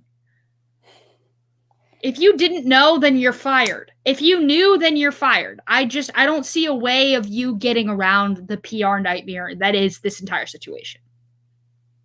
Yeah, and especially to your point about Herm, like he said he's like the CEO of the program. You know, he's taken on a CEO face of the program type position, which makes it even worse, right? Like you said, there's just no way he isn't let go, whether, you know, and we have to see what this investigation finds, if this, you know, because we don't know everything yet, but we don't know who's going to be there come August. We truly have no idea what coaches will be there. We don't know if this investigation will be complete. I mean, ASU, as recently as last night, is losing recruits to other schools out of their backyard. Hamilton High School quarterback just committed to West Virginia instead of ASU. Again, like, you know, it's becoming obvious the effects, and they've had this problem with recruiting before, right? Even before this. So maybe that's why they resorted to this. I don't know. But not that they're the first or the last. But yeah, like you said, there's no way around it. And the other thing too is if Kevin Mulway is truly the whistleblower, he's not getting a job anywhere else either, because no one wants a guy like that in their team who's giving away their secrets like that. So everyone's losing a job this fall. It breaks my heart too, coming from the perspective of like, we had Herm Edwards on our show right a year and a half ago. And I think we both were huge fans of him as a coach. And I know a lot of people who work in the athletics department, and I just wouldn't wish a situation like this on anyone in the athletics department, like who has to handle it. I wouldn't wish that on anyone. Like I'm not talking about like my friends who are interns in the athletic department, like I've kind of been in the past. I'm not talking about that. I'm talking about like the bigger people in the athletics department who like get paid big bucks to work for Herm and handle media relations stuff for them. That would just be an absolute nightmare. That would be an absolute nightmare for me. Yeah. I don't know. I like, because of course, you know, an unpaid intern isn't going to make the final decision or anything like that. But just, I don't feel, I'm not jealous by any means of the people who have to work up top in there. I mean, I guess, of course, time will only tell, right? Like, how many people will get fired? How many recruits will be lost? How many scholarships will they lose? How many years of bowl eligibility are up in the air? I think the COVID-19 component, I don't think you can ignore that. The health and safety protocols and stuff that they technically violated. I'm not saying they were any more guilty, like any less guilty than any other school in this country, but they were the ones who got caught. So I think that's going to cause the NCAA to put the hammer down even harder on them, or the Pac-12 or whomever. Right. Well, and one last point to Herm Edwards, too, is that, you know, this was a controversial hiring in the first place because he hadn't coached in like 20 some odd years. And it was, you know, Ray Anderson was really good friends with him, the athletic director of ASU, Ray Anderson. And there were a lot of things that people had problems with this hiring. And they're not exactly wrong. They weren't exactly wrong either to have those thoughts and feelings. And, I always thought when Herm Edwards came, I was excited because I had watched him on ESPN for so many years, so it was really cool. To me, I always thought he was more to change the locker room than to bring this team a Pac-12 championship. So far, that's proven true, but I think, he always talked about the pro model, right? And clearly they've taken that a step too far, if you will. So and to your point about what sanctions they'll get, they will, you're right, the hammer will absolutely be thrown down on them to try to scare everybody else. And it's horrible that it's a school and a program like ASU that, I'm going to be really honest, hasn't done anything. These sanctions for a team that is a perennial 7-5 team, they just, no one's going to, and especially they're out west too, right? No one pays attention to the West Coast that much when it comes to football. So it's just, there's a lot of things here that it's like, it had to be ASU. It's still bad. Don't get me wrong. This is still a bad situation, but it's like, it had to be ASU, right? Well, especially next season, like they're expected to have sold out crowds just like everybody else. Jaden Daniels is expected to possibly be a first-round draft pick, right? Like on draft boards and stuff. He's probably expected to be like a first or second-round pick, and he's a quarterback, which makes it all the more of a thing. And so it's like, I always feel like the program talks about, oh, we're about to turn a corner. We're about to turn a corner. At this rate, that corner's not getting turned anytime soon. And it's felt like they've been saying that forever too. Yeah. Yeah, they've at least been saying it, for the last 4 years, 3 or 4 years since I've been going to school there. They said it with Todd Graham too. Like it's a nightmare. It's an absolute nightmare. I wouldn't wish it upon my worst enemy. I especially wouldn't wish it upon the place where I go to school. Dang. Having a good football team is fun, guys. It's really fun. Having a bad one that's under NCAA sanctions is not fun. So pray for Nicole and I next year too. You know what, Gabby? We'll always have 70-7. We'll always have 70-7. So at least we can go to sleep knowing that we beat the brakes off of that team down south. We have 70-7. We have Kansas a couple times. 2 times we beat basketball. Kansas. Yeah. Despite that, our best player from this season transferred to Kansas. That's okay. We still have Kansas. It's okay. 70-7 in Kansas. We're good. We still and with 70. Yeah, I know. With 70-7 too. It was even last year about turning the corner, right? And there was a lot of hype going into last season. Again, COVID implications aside, it was not a normal season for anybody, but this is a team that was an utter disappointment that every week really, blew it against USC and then just didn't really show up on the field until 70-7. I was going to circle around back to that. We will always have 70-7 and Jackson He. We will always have 70-7 and Jackson He, and I will take it. We'll take it. We'll take it for now. ASU football is in trouble. Nicole and I are not. We've been on the air for 2 hours, and I think we're both feeling it at this point. Thank you all so much for tuning in, of course, to The Future is Female. Nicole, anything else before we end off our very extended return to the air today? Sorry, I was adding a banner. If you watched us even for a few seconds, thank you. We'll probably do this again sometime, hopefully. And watch WNBA and watch Olympic trials. Y'all heard it here first. Don't worry about ASU football. They'll come around eventually. They'll be in your news cycle for the next 4 years. Watch the WNBA, watch Olympic trials. That's all from us here at The Future is Female. For my legendary co-host, Nicole Pinter, I'm Gabby Ducharme.